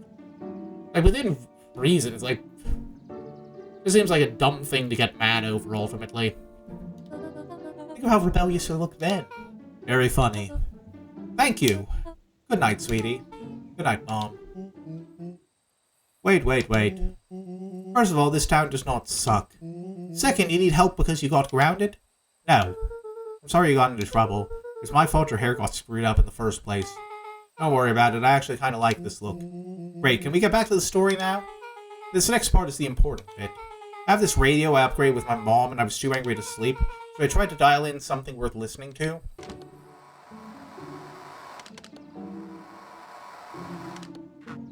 Mr. Kerr, are you there? Mr. Kerr? Yes, I'm busy. What is it? Apologies, I have the founder on the line. Patch him through immediately. One moment. Hello, sir. It's so nice to hear from you. Skip the pleasantries. What's your report on our new lead researcher of deep engineering? Nellie Modewell seems to be integrating nicely. At this very moment, she's working to help us meet our deadline. She offered to work overtime before I even had the chance to suggest it. Excellent. And you have faith that she's capable of finishing the work left by her predecessor. Her work must be complete before the festival. I will make sure she stays day and night until it's accomplished. Good, you know how I feel about loose ends. Yes, sir. Once she's finished the work, we need to make a determination regarding her long-term prospects in the company. Immediately, sir? I usually have more time to fully bring people into the fold. We are in the endgame, Bill.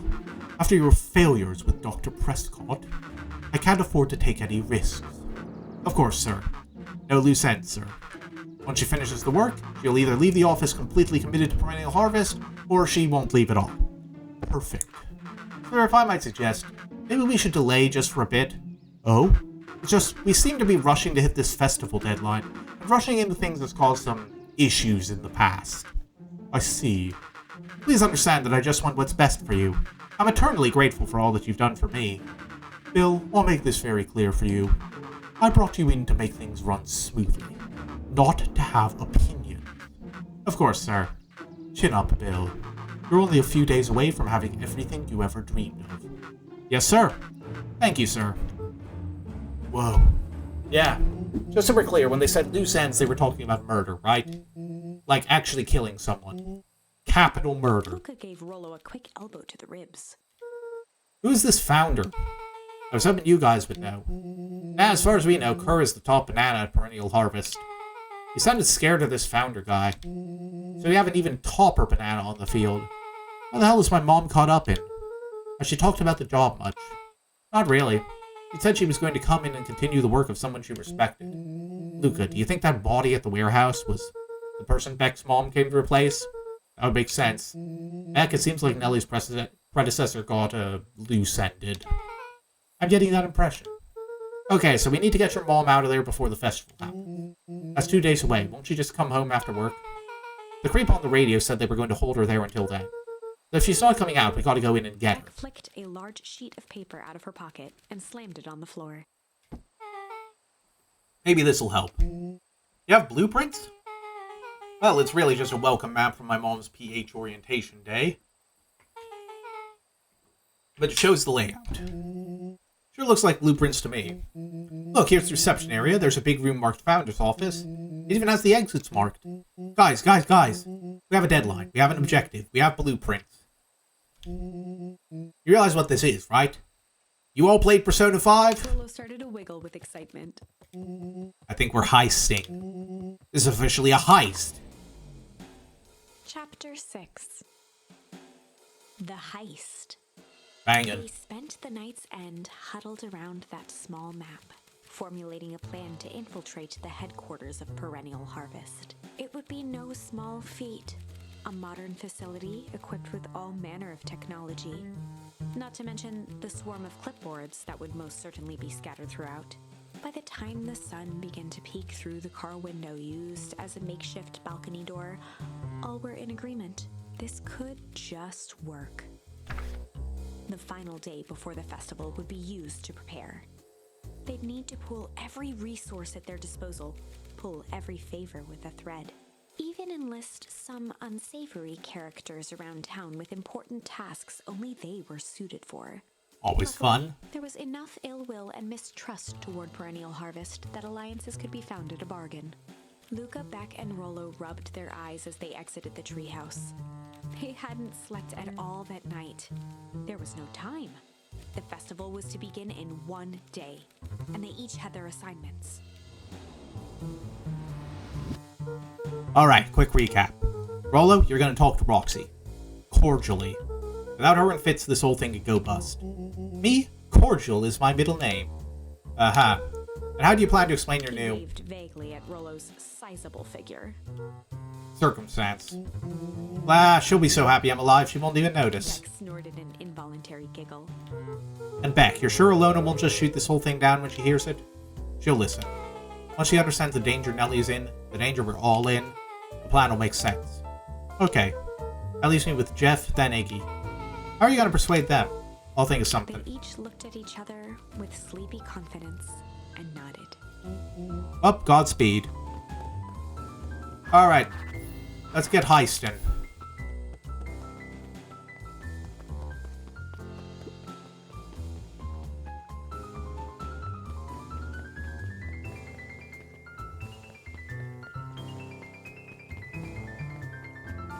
No one here.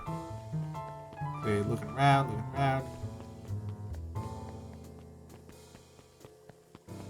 Is Jeff maybe the other way? Up here's Jeff. Hey Jeff, what can I do you for? Well, I know how much you hate Perennial Harvest. Hate's a strong word. Oh, sorry, I didn't say it was the wrong word. Gotcha. So we were gonna break into their headquarters and I thought you might be able to help. Jeff wheezed out a long snicker. Hey, you see, I knew you kids were alright. Great, so you'll help? The joy in Jeff's face drained instantly. Not a chance. But, give me one good reason I should risk my hide aiding and abetting you rascals. Looking into the sullen eyes of his would-be accomplice, Luca blurted out the first word that came to mind.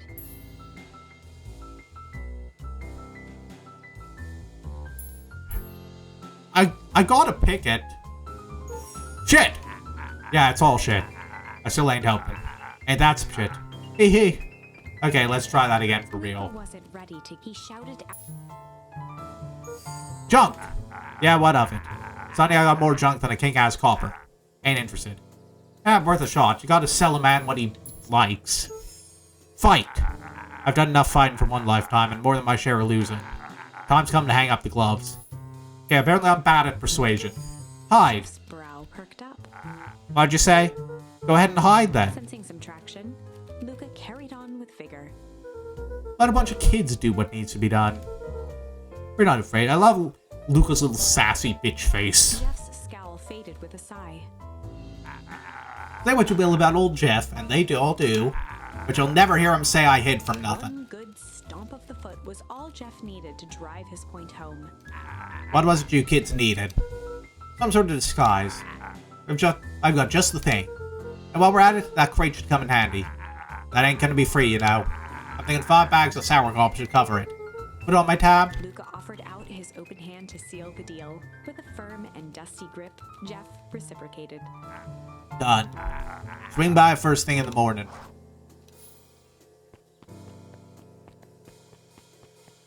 Now the question is, where's Iggy?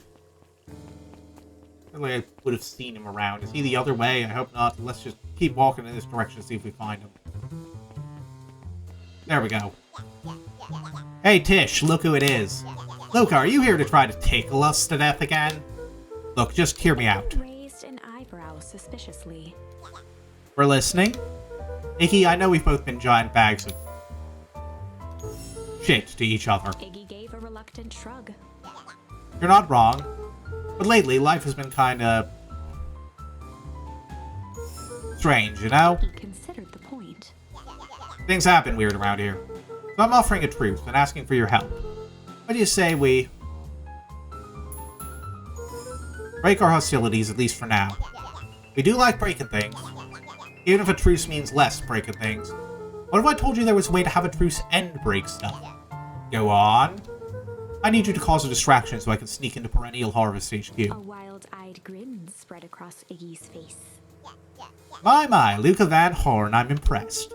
After all this is done, maybe you and Tish can come hang out at the treehouse sometime. Iggy glanced over to Tish, who nodded in agreement. Fine. But not because we want to see your crappy treehouse. We just like to cause chaos. With a quick nod, Luca was off. Did you hear that, Tish? He gazed up at Tish with a smile. He invited us to hang out at the A treehouse. single tear ran down Tish's cheek. I never expected this day to come. How wonderful. Chapter 7. Into the Hive. A good heist requires preparation, and thorough preparation takes time, something they had precious little of. So far, everything was in order. Jeff, Iggy, and Tish all agreed to do their part. Beck radioed Luca that night with a simple and covert message. We are locked and loaded on my end. Alright, let's Ocean's 11 this shit. And Rollo, after a lengthy confession, managed to persuade Roxy and Fitz to help. He stowed away in mission control for the night to avoid attracting attention. Rollo, being uniquely suited for the role, would be the first to breach Perennial Harvest. The outfit provided by Jeff wasn't perfect, but a convincing disguise is 10% wardrobe, 90% confidence. Rollo took a few vigorous breaths and shook out his arms. Stay calm, Rollo. You can do this.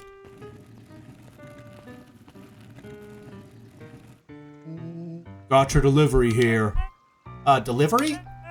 I don't have anything in my notes about a delivery. One moment.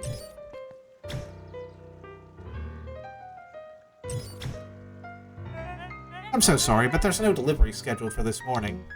Right. I had to think quick. That's because this goes directly to the founder. He has to be kept secret. Rollo sighed, adjusting his tool belt. You know how the founder can be. Someone's taking lessons from Beck. I suppose we can leave this one off the record. Our harvest awaits and such. With a stroke of his mustache, Rollo proceeded into the Perennial Harvest headquarters. Our harvest awaits. Package here for the founder. Oh, I didn't hear anything about. Yeah, this is a need-to-know kind of thing. I'll just check. Stammered and flipped through the pages of his clipboard. This goes directly to the founder. I don't have time to fill you in. Oh, I see. If you could just complete this Rollo form. interrupted with urgency in his voice. Every time with the forms. Look, if you want to explain to the founder why I'm late, well, it's your funeral. I'm sorry. What did you say your name was again? Fine. Rollo panicked. Our harvest awaits. Sir? That's a restricted area. Excuse me, sir? Our harvest awaits! Yup. Suck on this, Perennial Harvest. Oh, the fireworks. I remember those being a thing. What was that? Distraction was enough for Rollo to regain his confidence. Just open the damn door. We've got a job to The do. clipboard fumbled around in a frenzy. I should check on that noise. Oh, come on. Just buzz me in already. Okay, okay. Ah ha ha. Everything's proceeding as planned? Phew. That was close. Our harvest awaits? Hey, I figure, when in doubt, stick with the classics. Well, that was a close one, but you pulled it off. Nice work. Alright, everyone knows what to do? Yep, deep engineering is to the north. I'll go with Beck, in case you need some muscle. I'll head east to the founder's office. You two be safe. Alright, let's do some nosing around here. Ooh, that's odd. There's not even any cups for the water. This is a shit office. We get in here. Kind of a maze. Who designed this place? A hallway to nowhere. What's going on here? Is this some sort of mind game? Idiots designed this place. Is it basically just to pretend they have an office? Yeah, this whole place just feels fake. But of all things, fake one? Was this office AI generated?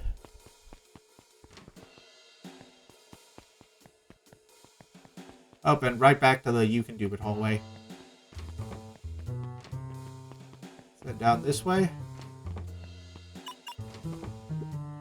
Solomon? Solomon stopped in his tracks. Luca? What are you doing here? It's a long story. Are you okay? A veneer of confusion flashed across Solomon's face. His words rushed out dramatically. No, I am most certainly not okay. Some strange people grabbed me and... Were they in hazmat suits? Yes, how did you know? They brought me here and locked me up, and when they were distracted, I ran. Dang, okay, you should stick with me. We've got a plan. Solomon's facade briefly faltered. Yeah, Rollo and Becker headed to Deep Engineering. Thank heavens you found me. We want to get out of here. We can't leave just yet, but they'll catch us again. I want to do something first. When you were running, did you happen to see a door marked Founder? Founder? Why are you looking for him? I'm not, I just need to get into that office. Now that you mention it, I do think I saw a door that said Founder. It was just down this way, behind the rotating knives. I happened to notice a plaque above the door. Office of the Founder. Knocking comes with consequence. Oh, here it is. So it is. It's pretty lucky that I ran into you, or else I might have missed it. Truly fortunate. Luca tried the handle. Locked. Solomon leaned forward to examine the mechanism. Regrettably, it seems to be some sort of electric lock. I don't see how we could possibly defeat a lock like Luca that. smiled and looked at his watch. Let's just wait a minute.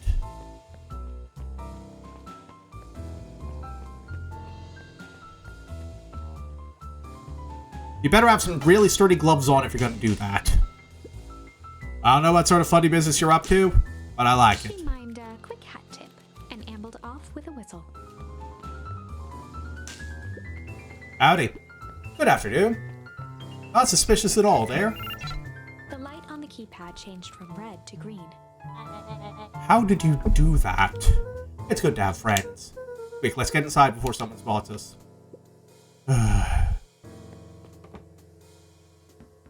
Luca switched on his walkie-talkie. Rollo, I'm in. As expected, there's a control panel. Great timing. We're stuck in a locked door marked 24601. Need you to get us through. What if someone catches us? We should get out of here. Very quickly.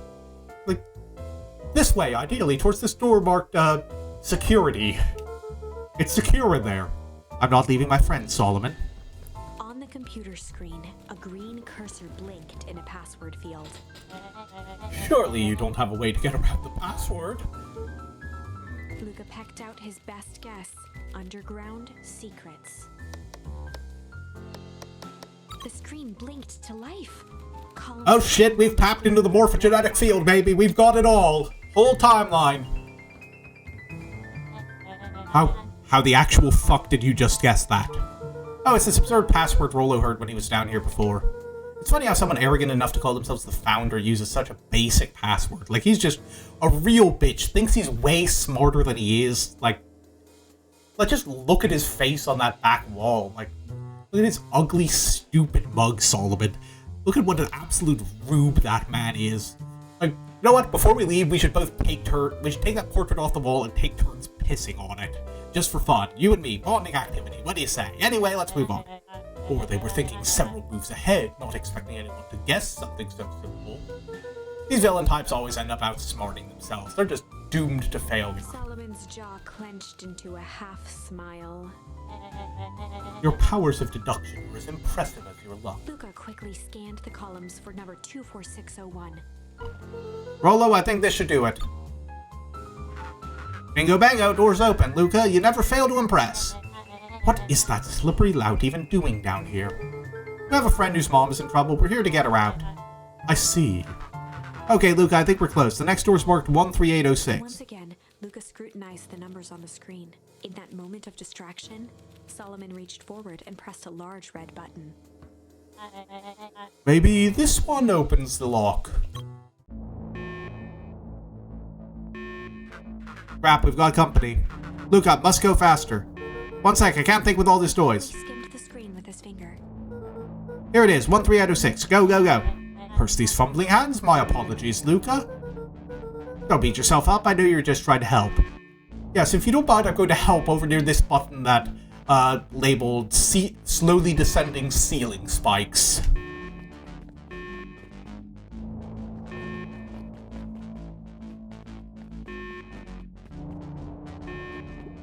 Oh man, no water cups. Rollo.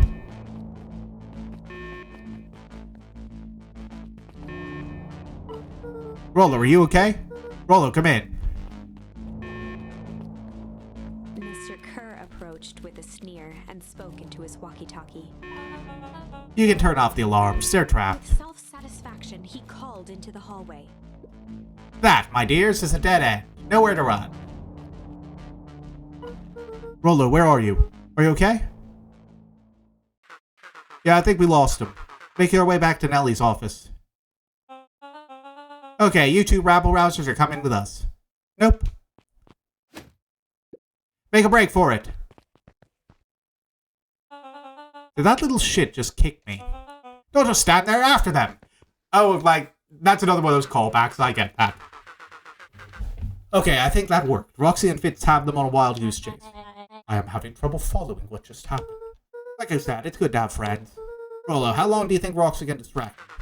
How long can Roxy keep someone so pissed off they can't see straight? Let's just say we've got time. Entering Ellie's office now. Mom. Oh, honey, what did you do to your hair? I thought you'd be happy. I finally used the Young Chemist Slab Kit. You sure have a knack for making me incredibly proud in the most frustrating ways. We need to get you out of here. Weep, who's your adult friend? Oh, I'm not an adult. Ever heard of a growth spurt? I've had more of a growth spew. No, that's not possible. He leaned over to examine his teeth. Substantial banding on the enamel of the molars consistent with Tempest liquamine exposure. Is that what you call the gunk they forced me to drink? You drank it? Oh no. They told me it was only being tested on plants. Oh, Beck, sweetie, I promise I didn't know. Mom, what the hell is going on at this place? I was brought here to work on the discovery of a lifetime. A novel chemical compound was discovered under Beacon Pines in a wellspring they call the Source. They named it Tempest liquamine. It pulls energy from its surroundings in order to fundamentally alter matter's relationship to time. It was a secret to Valentine's fertilizer. They harvested the source, infusing small amounts of Tempest liquamine into the product. It worked wonders, drastically accelerating plant growth. Crops would be ready to harvest in a fraction of the time, but it led to complications. The foul harvest. Perennial Harvest came in to clean up the mess, to succeed where Valentine failed. But Tempest liquamine is rebellious. Rebellious? You can think of it as a manifestation of change itself. It's volatile by its very nature. So the more you try to force it to do a specific thing, the more it resists, yes. I can relate to that. My role was to finish the work of my predecessor, Dr. Prescott, harnessing Tempest liquamine to reliably manipulate an organism's age. Just imagine how many people we could feed. Mr. Kerr was very insistent that we achieve a successful result before today's festival. But you didn't, right? Sighed. You know how much I love a good puzzle. I poured myself into the problem. It wasn't long until I discovered oddities in Dr. Prescott's notes. Oddities? They contained obvious errors, mistakes that someone of his reputation would never make. So I fixed them, and now I get to replace my entire wardrobe. I really am truly sorry. Man, those clothes were all hand-me-downs anyway. Sounds like Dr. Prescott figured it out, got cold feet, and intentionally sabotaged his own work. I had considered that possibility. I've sent a letter asking him to clarify his thinking. Yeah, he's recently moved addresses. You might have better luck with the dumpster out beside the fertilizer factory. Mom, Dr. Prescott's dead. Kerr had him killed. What? I overheard them talking about it on the radio. It's why we gotta get you out of here. Like, now.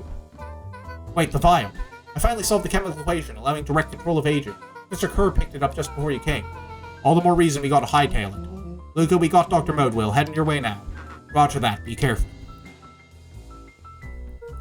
Alright, everything's on track. And what is your plan for escape? We'll go over everything when they get here. In the meantime, maybe we can dig up some more info. Alright, let's poke around this office. You just stand there, Sullivan. Looks like the founder was helping Kerr plan the festival. Why would such a secretive leader be obsessed with a party? Only time will tell. Luca held his hand up to the ashtray. Still warm. He must have been in here recently.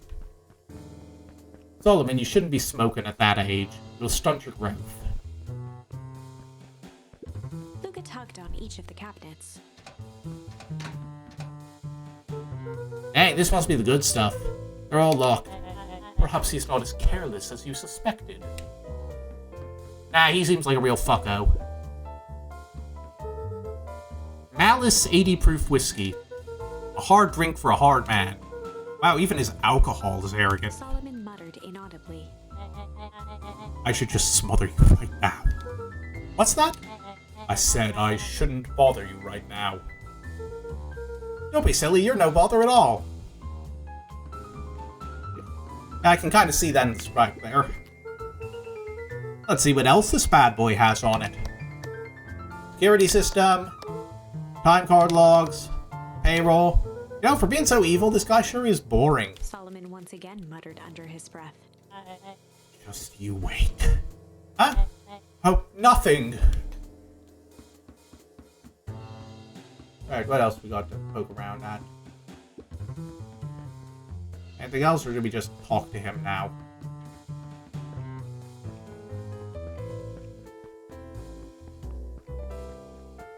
Yep. I'm really sorry you got dragged into this mess, Solomon. You needn't worry about me. Oh yeah, I think I forgot about that. Well, I feel bad either way. We're gonna get you out of this, I promise. With a subtle, quivering lip, a smile crawled across Solomon's face. They heard the trampling of frantic footsteps from the hallway. Lock it, lock it, lock it. Locked. That was close. When we left, Nellie's office was swarming with clipboards. They apparently got away. Did they follow you?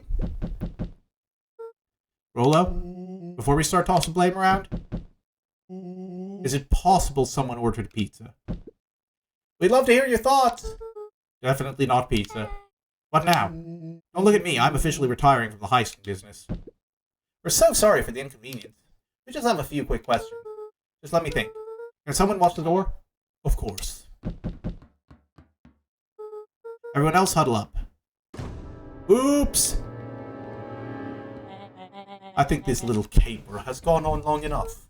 Solomon, now! Hush now, child, the adults are speaking. Dr. Modewell, a brief reintroduction is in order. We've never met in person, but we have corresponded. You see, it was I who hired you.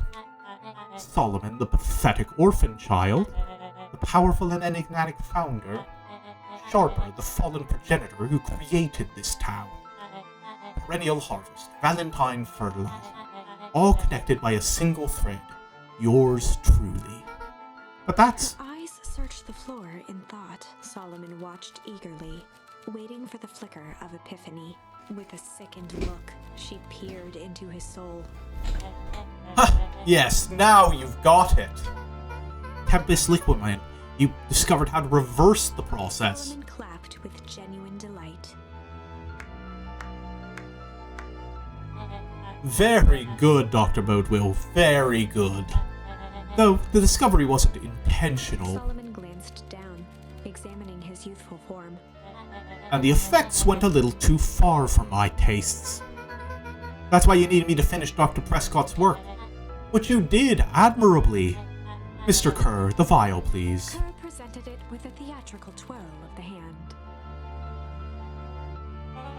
May I present to you the eighth wonder of the... Could finish, Rollo snatched the vial from Kerr's palm.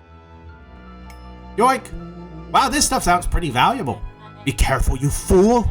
You have no idea what you have in your hand. Actually, we do. You just did a whole evil villain monologue-y thing about it. Casually tossed the vial to Luca. Gosh, maybe I'll have a taste. Luca jiggled the vial mockingly. Seize him. Luca, over here. Move another inch and I smash it. She held it tightly behind her back.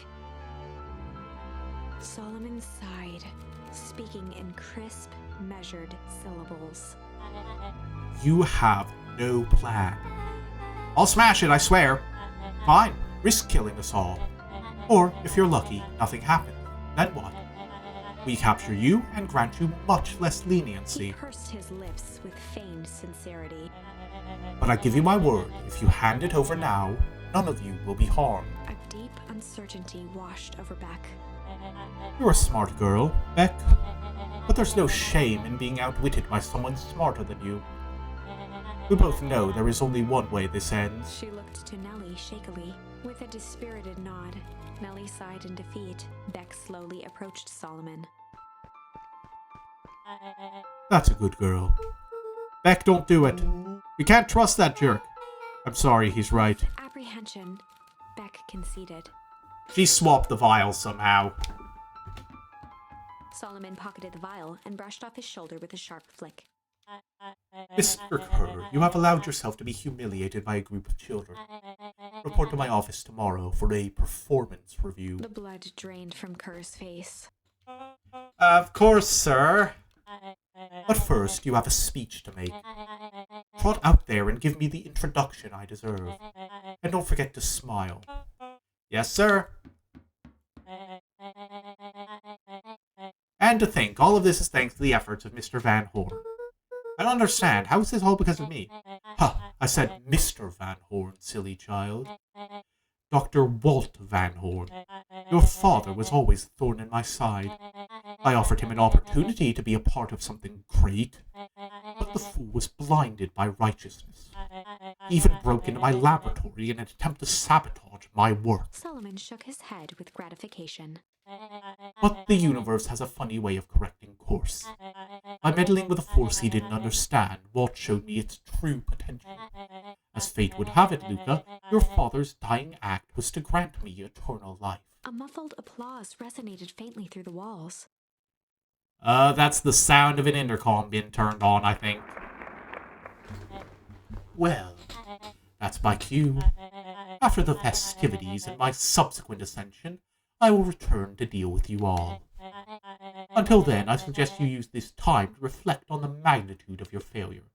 You three keep post outside the door. Someone's about to drink something crazy. Well, crap.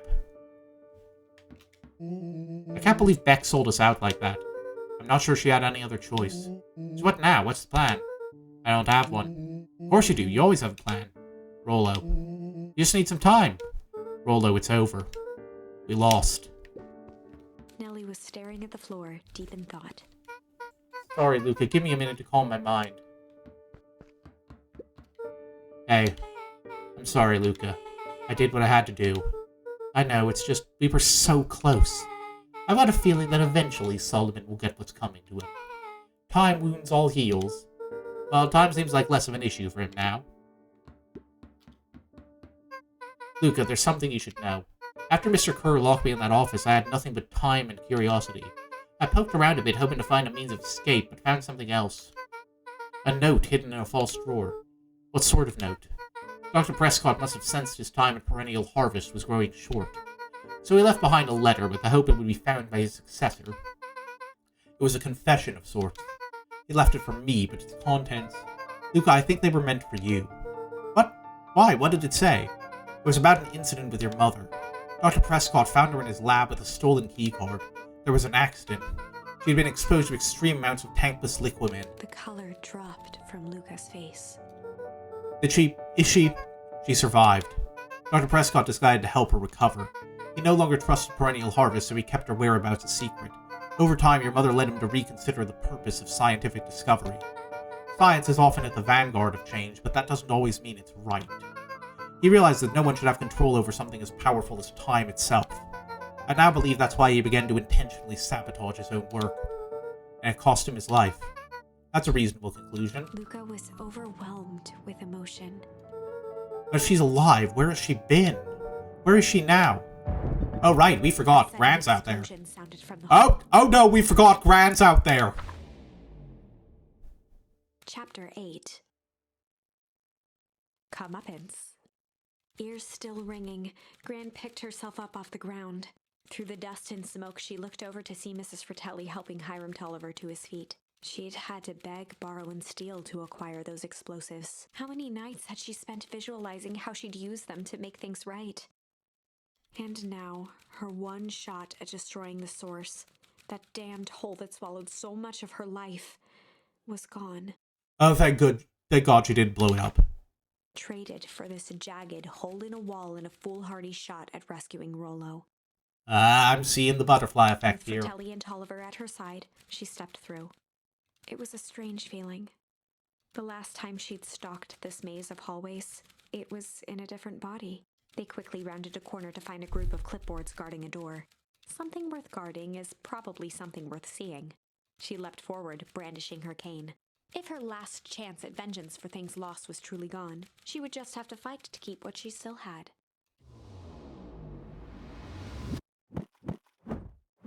That's the sound of an ass whooping.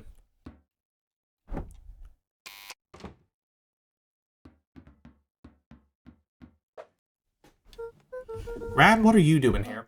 Luca, what are you doing here? We're here to save Nellie. We're here to save Rollo. Hey, Mrs. Lucas, Gran. That's awfully nice of you. But I'm fine. Yeah, no. Sorry, Shiro, the movie changed the rules. They don't do sound now, they're just called that. Grant, there's no time to explain. We have to go now. Come on, everyone, we've got a party to crash. Wait, no. They made their way out from Wait, no, Wendigos are movement, not sound. Just as Solomon finished up his speech. Well, I guess also sound, too. Thankfully, we can dispense... I'm sorry, wrong voice. Give me a second. Thankfully, we can dispense with the formalities from here on out. Solomon pulled a glass vial from his pocket. We gotta stop him. In one smooth motion, he downed its contents. A triumphant smile grew across Solomon's lips. This guy's about to make himself a baby. No! Well, I guess that's it. We lost. I wouldn't be so sure about that. With a mischievous look, Beck elbowed Luca. Remember when I had the vial behind my back?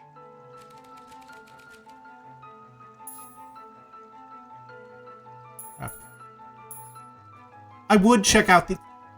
Do I check out the other joke endings, or do I go with the main one? Because, I don't want to take up too much time, because we're already over time. Yeah, let's just do the main one, I think. Oh, okay, then. I might have tweaked his wonder potion with a little junk. Can't wait to see the look on his face when he realizes he drank his own cigar ash. How did ashes get into the vial? It was pretty easy to mess with the vial when it was behind my back. Oh, that's sneaky. Well, it's a bad habit anyways. Always says bad habits are like 50-yard field goals. Huh? Hard to kick. But tis. You can all call me Sharper Valentine. His body and face began to contort and expand as he disappeared into a belching green mist.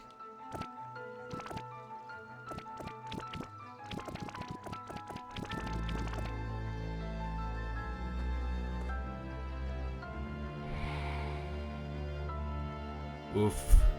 Should have gone for the head. Well, that's one way to kick a bad habit.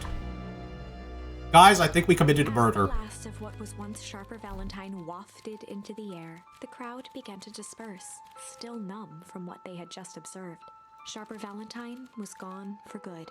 His end would be a new beginning for Beacon Pines. A new chance to let go of the things they had lost and grab hold of a new future. The end.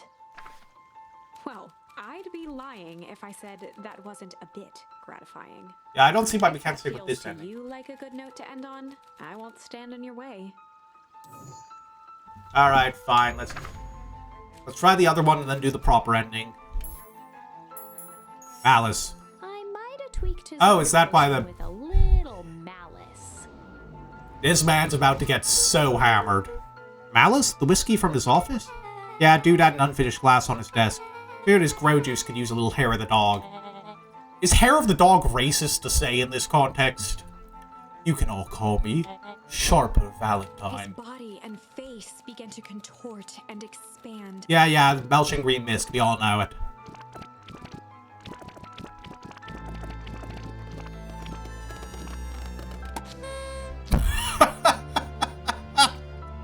Happy birthday! Now that's what I call 80 proof whiskey. Damn, dude.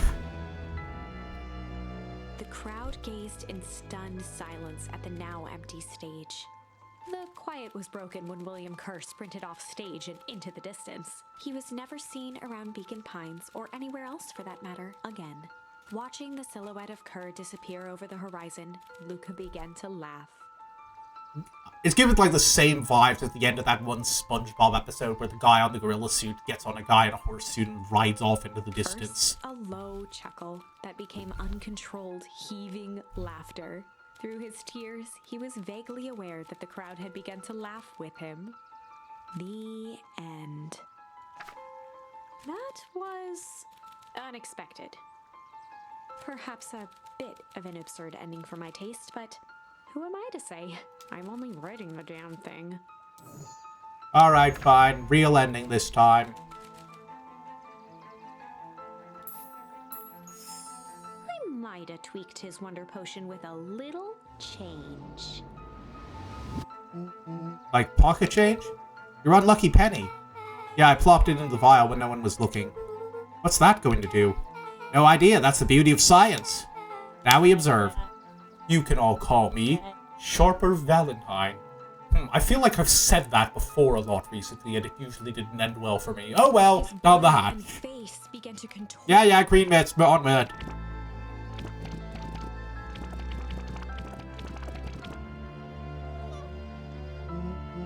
Holy crap, he's a baby. Yeah, but he's still Sharper, right? What he was no longer matters. This is an innocent child. I apologize for all the harm my father has caused you. Eris awkwardly cradled the squirming child. She looked to her brother, her voice shaking with uncertainty. Augustus, what do we? We do what Valentines always do. What must be done. I'll hurry home and prepare a crib for father, or young Sharper. That would be a great help. Thank you. She looked back down at the infant with equal parts kindness and terror in her eyes. With a shake of her head, Eris addressed the crowd with a stern scowl. Okay, everyone, the show is over. You may leave now. Epilogue. Beacon Pines' coldest summer on record came and went without much fanfare. Folks shared what they had, and none were left wanting. The new school year was ushered in by the falling leaves of autumn. After everything, A little bit anticlimactic, but that was pretty cool. Was bearable. The chill of winter didn't seem to bother people much. They kindled a hope for a better future in their hearts. When spring arrived, farmers planted their crops with a sense of joy and optimism. And as the dawn of the first day of summer came again, its light slowly spread through the shallow valley. It crept over the town square, across the river, past the neglected welcome sign, and came to rest on a young boy sleeping at dawn, his mind at peace, knowing he is here for a reason.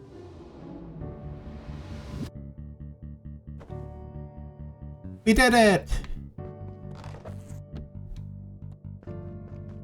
Alright, let's see how things have changed. Over time, Eleanor began moving Walt's old things out of the closet and into storage. Eleanor had moved back into her bedroom, and now that she wasn't sneaking out late, she even slept there most nights. Good, get your own room, you bum. Sorry, Mom.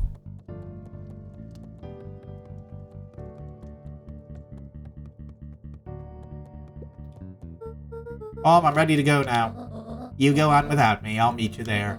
I've got a batch of jam to finish jarring. The normal, non-soporific kind this time. It's funny. I only started making jam as a way to send messages without anyone noticing. But now I enjoy it. Alright, I'll go say hi to Rollo first.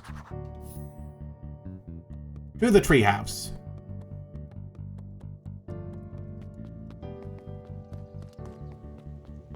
Whee! Hello, Roxy. I hear you and Rollo have big plans for that little treehouse.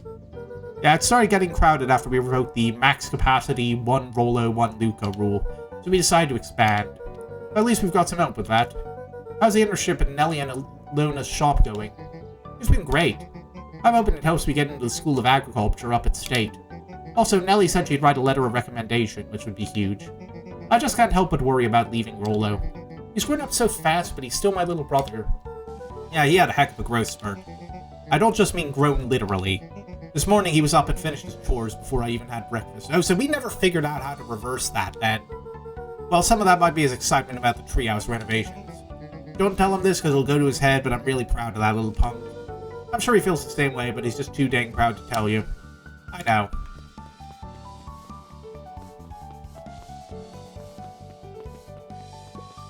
Hey Gus, how's the tree planting going? Couldn't be better. I'm so grateful to Alona and Nellie for letting me help. I just wasn't built to be a mayor. Too much bureaucracy. Gus, we finished cleaning up the sidewalks. What's next? When perennial harvest collapsed, most of the clipboards skipped town. But some stuck around and dedicated themselves to making things right. Did we ever figure out what their deal was? Like, they just all look like that naturally then? They're not like clones? Anyone with a knack for art can help paint the new offices. You can count on us. Well, looks like you really found your calling. Never really felt comfortable telling people what to do. Now this right here. This is something I can be proud of. Wow. Alright, treehouse it is. A little higher? Yup. A little lower? Yup. Little higher. Yup.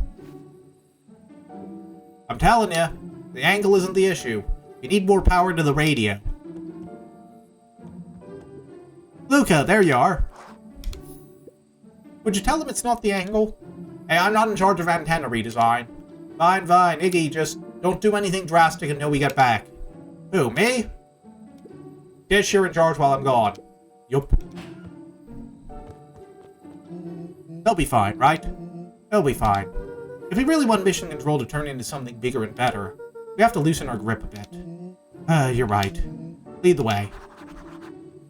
To Beck's house. Still ain't moved, have you? How's the napping this morning? The most underrated part of a good nap is the view. And the view's getting greener every day. Nice. How we doing, Beck's moms? I see you decided on a name. Yep, we had to clear out all the old stuff before putting on the final touch. Slow and Dirty Harvest is now official. I like it. It was actually Nellie's idea. There's still a lot of work to do, and the name serves as a reminder. Just because progress is important doesn't mean change should happen fast. In fact, I've learned that the more you care about something, the more important it is to take things slow. Our motto is, go slow and fix things. Amen to that.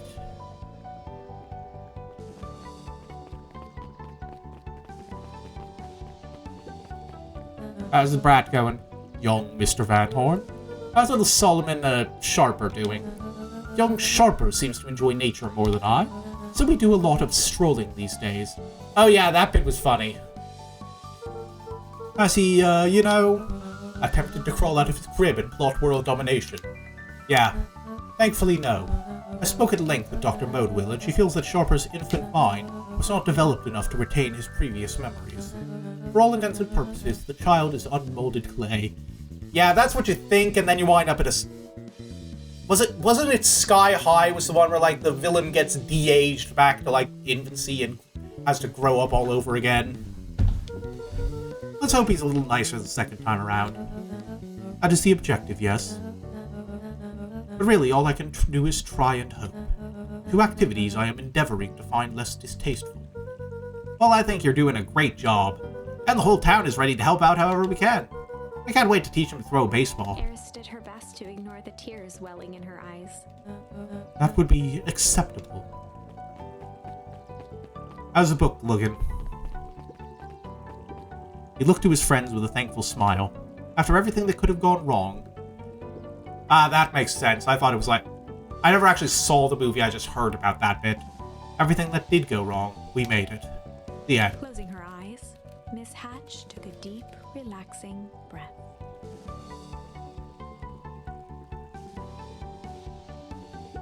Oh, hello, Luca. How are you? Really good, actually. That's wonderful. Did I miss anything? I think you're pretty much up to speed. Don't ask about the baby.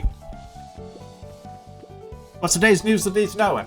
I'll give you tomorrow's headline today. Our old friend Patrick C. Montesquieu, aka William Kerr, just performed a stirring rendition of the Iceman Cometh at the State Correctional Facility.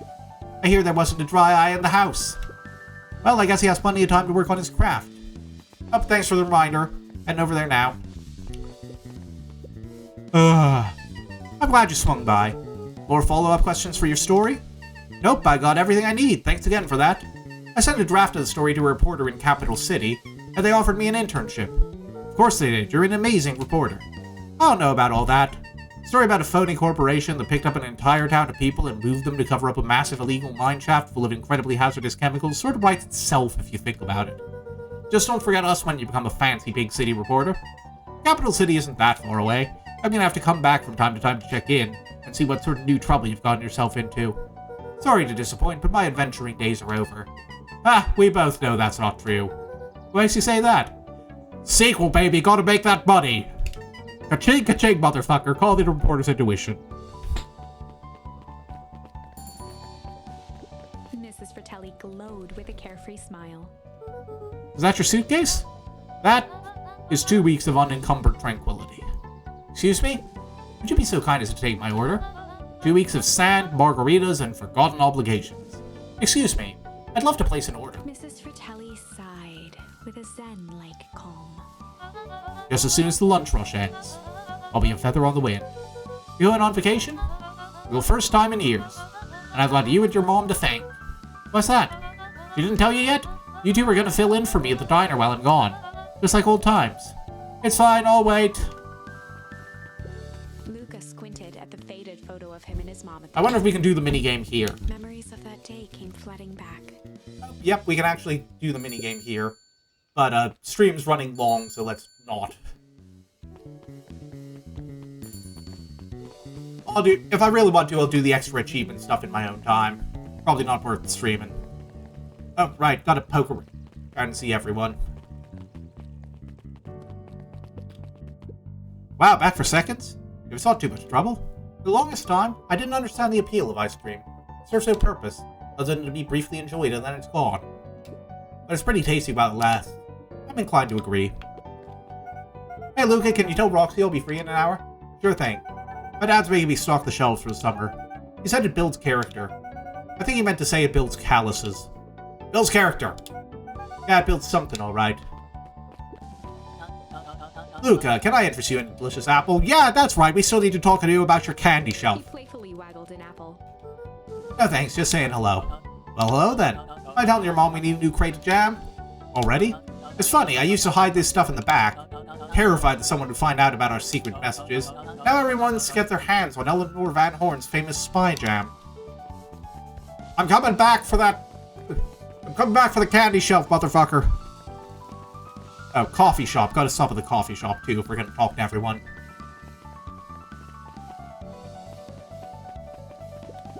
Luca, do you want a biscotti?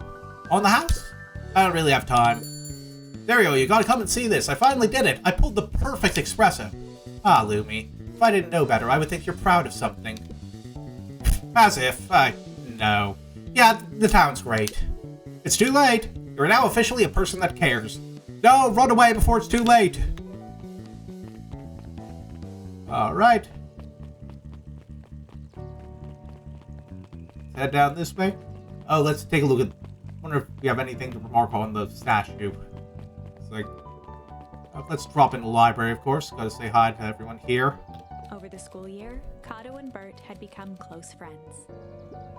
But did you know that when they covered up the source, they found a new species of fungus? Yep, and they're studying it in the new labs. Did you know that Beacon Pines is now the smallest town in the county?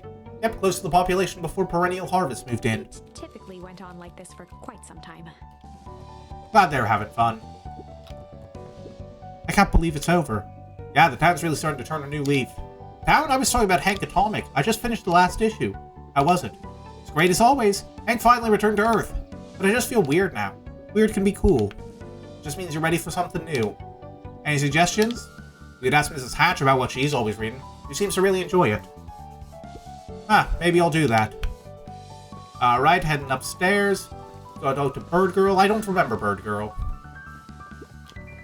Luca peeked over Piper's shoulder. Piper, that was her name. Played stealthily inside a large volume of mathematics was the first issue of Hank Atomic. Okay, you get away with not being called a nerd today. Piper, are you beating Hank Atomic? Do you mind not telling anyone? I've kind of got a reputation to uphold. Oh, but it's something to be ashamed of. Just about every kid in town reads Hank Atomic. Honestly, I'm excited for you. But I'd give to start over fresh. Experience it again for the first time. Guess that's the downside of finishing something nice. At least now I can enjoy it again through you. Promise to tell me about it as you go? Sure thing. Ain't that the truth? Got me feeling all wistful. Hey, Mr. Dungreed. I'm gonna go see my dad in a bit. Did you want to come with? Even after everything I did, you'd still... Mr. Nuncreed shook his head. You really are your father's son, aren't you? I don't think I'm ready for that yet. Yeah, I had a feeling that was the case. Believe me, no, trust me, I understand on that. I love nothing... There's nothing better than, like, experiencing something great for yourself and then getting to see someone else experience it for the first time. It's the same reason I'm poking you in the butt about Metaphor. I'll visit Walt in my own time. You run along now. Hello, small rabbits. We turned it into a ride. With perennial harvest gone, the transportation tubes were left unused. Come on, come on. No one's too big, no one's too small. For Jeff's wild ride. Maybe not completely unused. Just one piece of candy for the ride of your life. Who's next? Me. They're having fun. Hello, thing. Guess what? Yep, take your time, don't rush, just let me know what you think about it, it's pretty great. Guess what? Yesterday I saw a Dynasty's Tititis. Heh, Dynasty's Titties, that's what I look at when I'm playing the one girl from... What? I was trying to make a joke about a Dynasty Warriors character, but I can't remember what her name was. She was like in the 4th faction, like the... I played Dynasty Warriors 8 so long ago, I can't even remember. It's like the 4th faction that's not like one of the main 3 and that's like set later in the timeline. And then it's like the one girl who wears like the kind of light blue, almost like teal. No, teal is blue-green. No, not Lubu's wife. It's like late in the timeline. She like wears kind of like light blue. I'll message you later when I remember who it was. And that's good.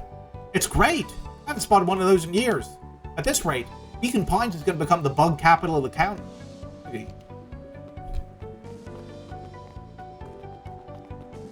Yep, just checking around to see if there's anything around here I can poke at. And no, can't walk over to the industrial village.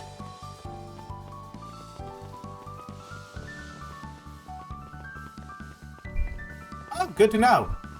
Thanks for the trivia. I have news I think you'll enjoy. This morning I unpacked my last box. You're officially moved in. It's just a box. Let's not blow this out of proportion. Sounds an awful lot like putting down roots. I guess I decided this place is root-worthy. You're going to be stuck with me for the foreseeable future. I do have to warn you, most years aren't going to be as interesting as this one. I think I'll manage. Ready? Before we go, there's a bit of a surprise. Oop, what do we got here? A tree. My mom's prepared this tree especially for you. They didn't have to do that. It wasn't just them. Just about the whole town pitched in. We all owe you. And you do okay in the cold of old Beacon Pines, and thrive as things warm up. That's just perfect. Oh, they're replanting the tree. That's lovely. When you're ready, take Jeff's wild ride to old Beacon Pines. Yep, I'm gonna get right on that.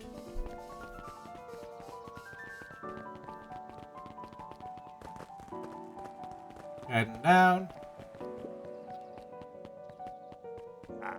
Ah, you got it. Now that's a good-looking tree.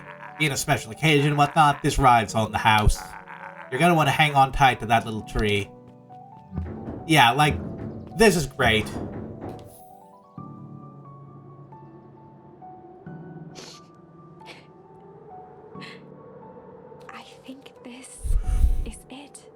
Ooh, that voice acting's hitting me right in the feels. I've been waiting for. Honestly, I began to lose hope of ever finding it. But then you came along. I don't know exactly how to thank you. It's hard to explain how much this means to me. It's funny, now that our time together is finally ending.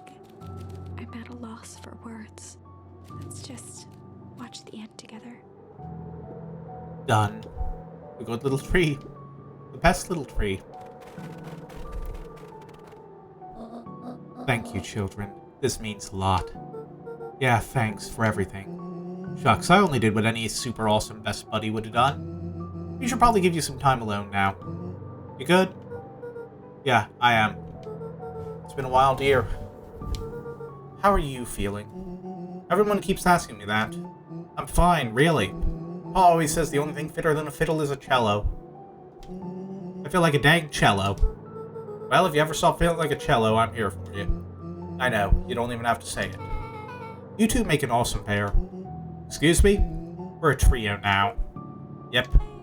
Hi. Thanks. There's just one thing missing now that you're a part of our group. Missing? Let me tell you a little story about a man named Hank Atomic. Oh god. I won't be long. We'll be waiting for you back at the phone booth. I found the perfect way to start our summer.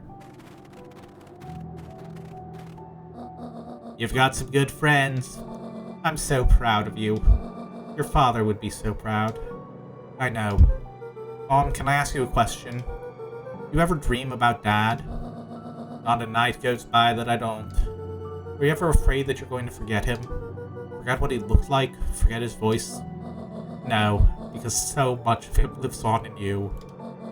He loved that old tree, but I know he would have loved this one more. Because his two favorite people planted it. Come on, you can't be making me tear up in the middle of a stream like this. I'll give you two a moment.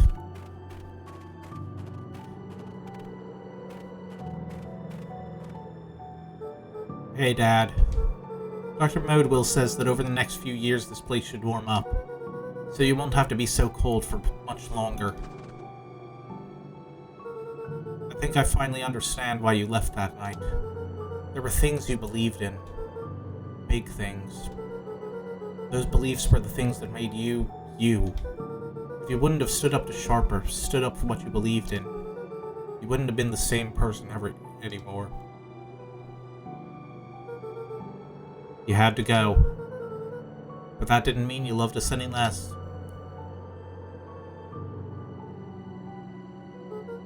I might not visit you as much as I used to. I know you understand.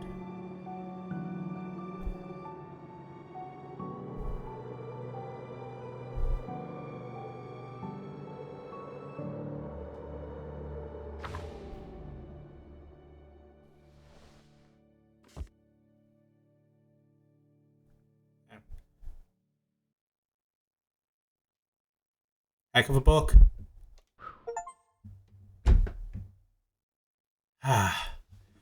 Well, that right there was Beacon Pines, and I just want to say thank you so much for recommending this one to me, Shiro. This was a great experience, and I had a great time streaming this one. Honestly, I feel like this stream and the last one have been some of my most successful streams to date. Like, I feel like I've gotten a lot of people in, got some pretty active chatters, even if it is mostly just you. But honestly, it's just been, even aside from like me getting all cynical and looking at, oh, the success of the stream. No, I started doing this much as I'd love to see more people in here, get a bit more of a community. I started this to have fun and play video games in front of my friends, and I think I can live with it if I keep doing it like this. Yep.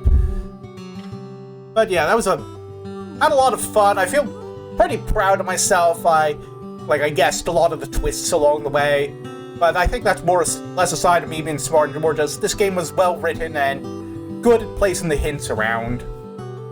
I feel like I'm not sure what else to say. I'm just kind of filling time while the credits roll. But I'm exhausted. That was like a whole hour longer than I normally stream because I just wanted to finish it tonight instead of like having another one like Lorelei where I pushed the final hour of the stream to another day, and yeah. yeah, it definitely got that vibe of, like, old kid adventure stuff. Like I said, I mentioned a couple times, it really gave me the vibe more of, like, a choose-your-own-adventure book, obviously, mechanically, but also just in terms of tone.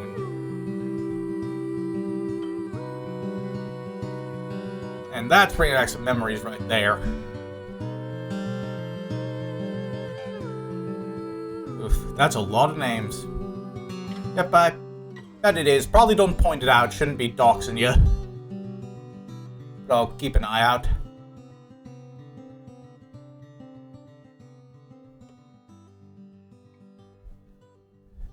Yep. But yeah, I know that as silly as it is, there is always like a little sense of pride to seeing your name on the credits of something like this, as like Kickstarter, even if all you did was like, hey, if you didn't pay that much. Like, I know there's like a YouTuber I watch, Cam Sandwich. He's kind of a more, he like does like board game reviews for like weird and old board games. Yeah, you can if you want. It's up to you. But yeah, it's like I was actually like one of his first Patreon backers, so he's got a lot more now. But like my username is still on there. Yeah, I'd like to see it in the part of his videos. I was actually in one of his videos recently. You know that, like, he got together a group of people to play one of the really bad board games he's reviewed, and on like Tabletop Simulator, and I was in that one, and it was a whole thing. I think I posted it in the server a while back. So while this is rolling, let me take a glance at the stream thing here. Oh, we've got 3 viewers in. That's a bit above average. Let me take a look. Is there anyone we can raid after this is done? Yeah, one of my acquaintances is still on, so I might drop in and do a quick raid. But, yep. Oh, a new person just dropped in. Welcome, welcome. Those of you who are just catching me right at the end of the stream here, this is... we're just kind of finishing up here, but if anyone wants to keep an eye on the community, get notifications, check my About section for the Discord link, or just follow me on Blue Sky, which I pasted down there. Whichever works better for you. Or don't. I can't force you, but would love to have some new people around. Oh, game's still doing some stuff. Let's pop back over there. Oh, it's just the tree. Yep, alright. And just like that, we are gone. Alright, well, I think I already kind of did my outro, so let's just go on and proceed with the raid. If you want to stick around, feel free. If not, have a great weekend. Make sure to drop in on Tuesday, where we're going to be playing, assuming it comes out on time, the next round of DLC for Rise of the Golden Idol, which is actually going to be set, I think, like early 1900s, I think it's said, like between the first and second games. So we're going to see how that goes. And then I'm going to have to figure out what to stream next weekend, but I've got a couple ideas. There's definitely one really big indie puzzle game you might have heard of that's been making the rounds recently, so might have to put that one on the list for a quick dive in. But at the same time, I feel like I haven't done a proper horror game in a while, so I might have to do one of those. We'll see. We'll figure out. Yeah, Blueprints. I played the demo and it was great, so gotta check that one out at some point. But anyway, great having you all here. Feel free to stick around for the raid, or if not, just drop into the Discord, whatever you want to do. Thanks you all for coming. Glad you could experience this game with me. Bye!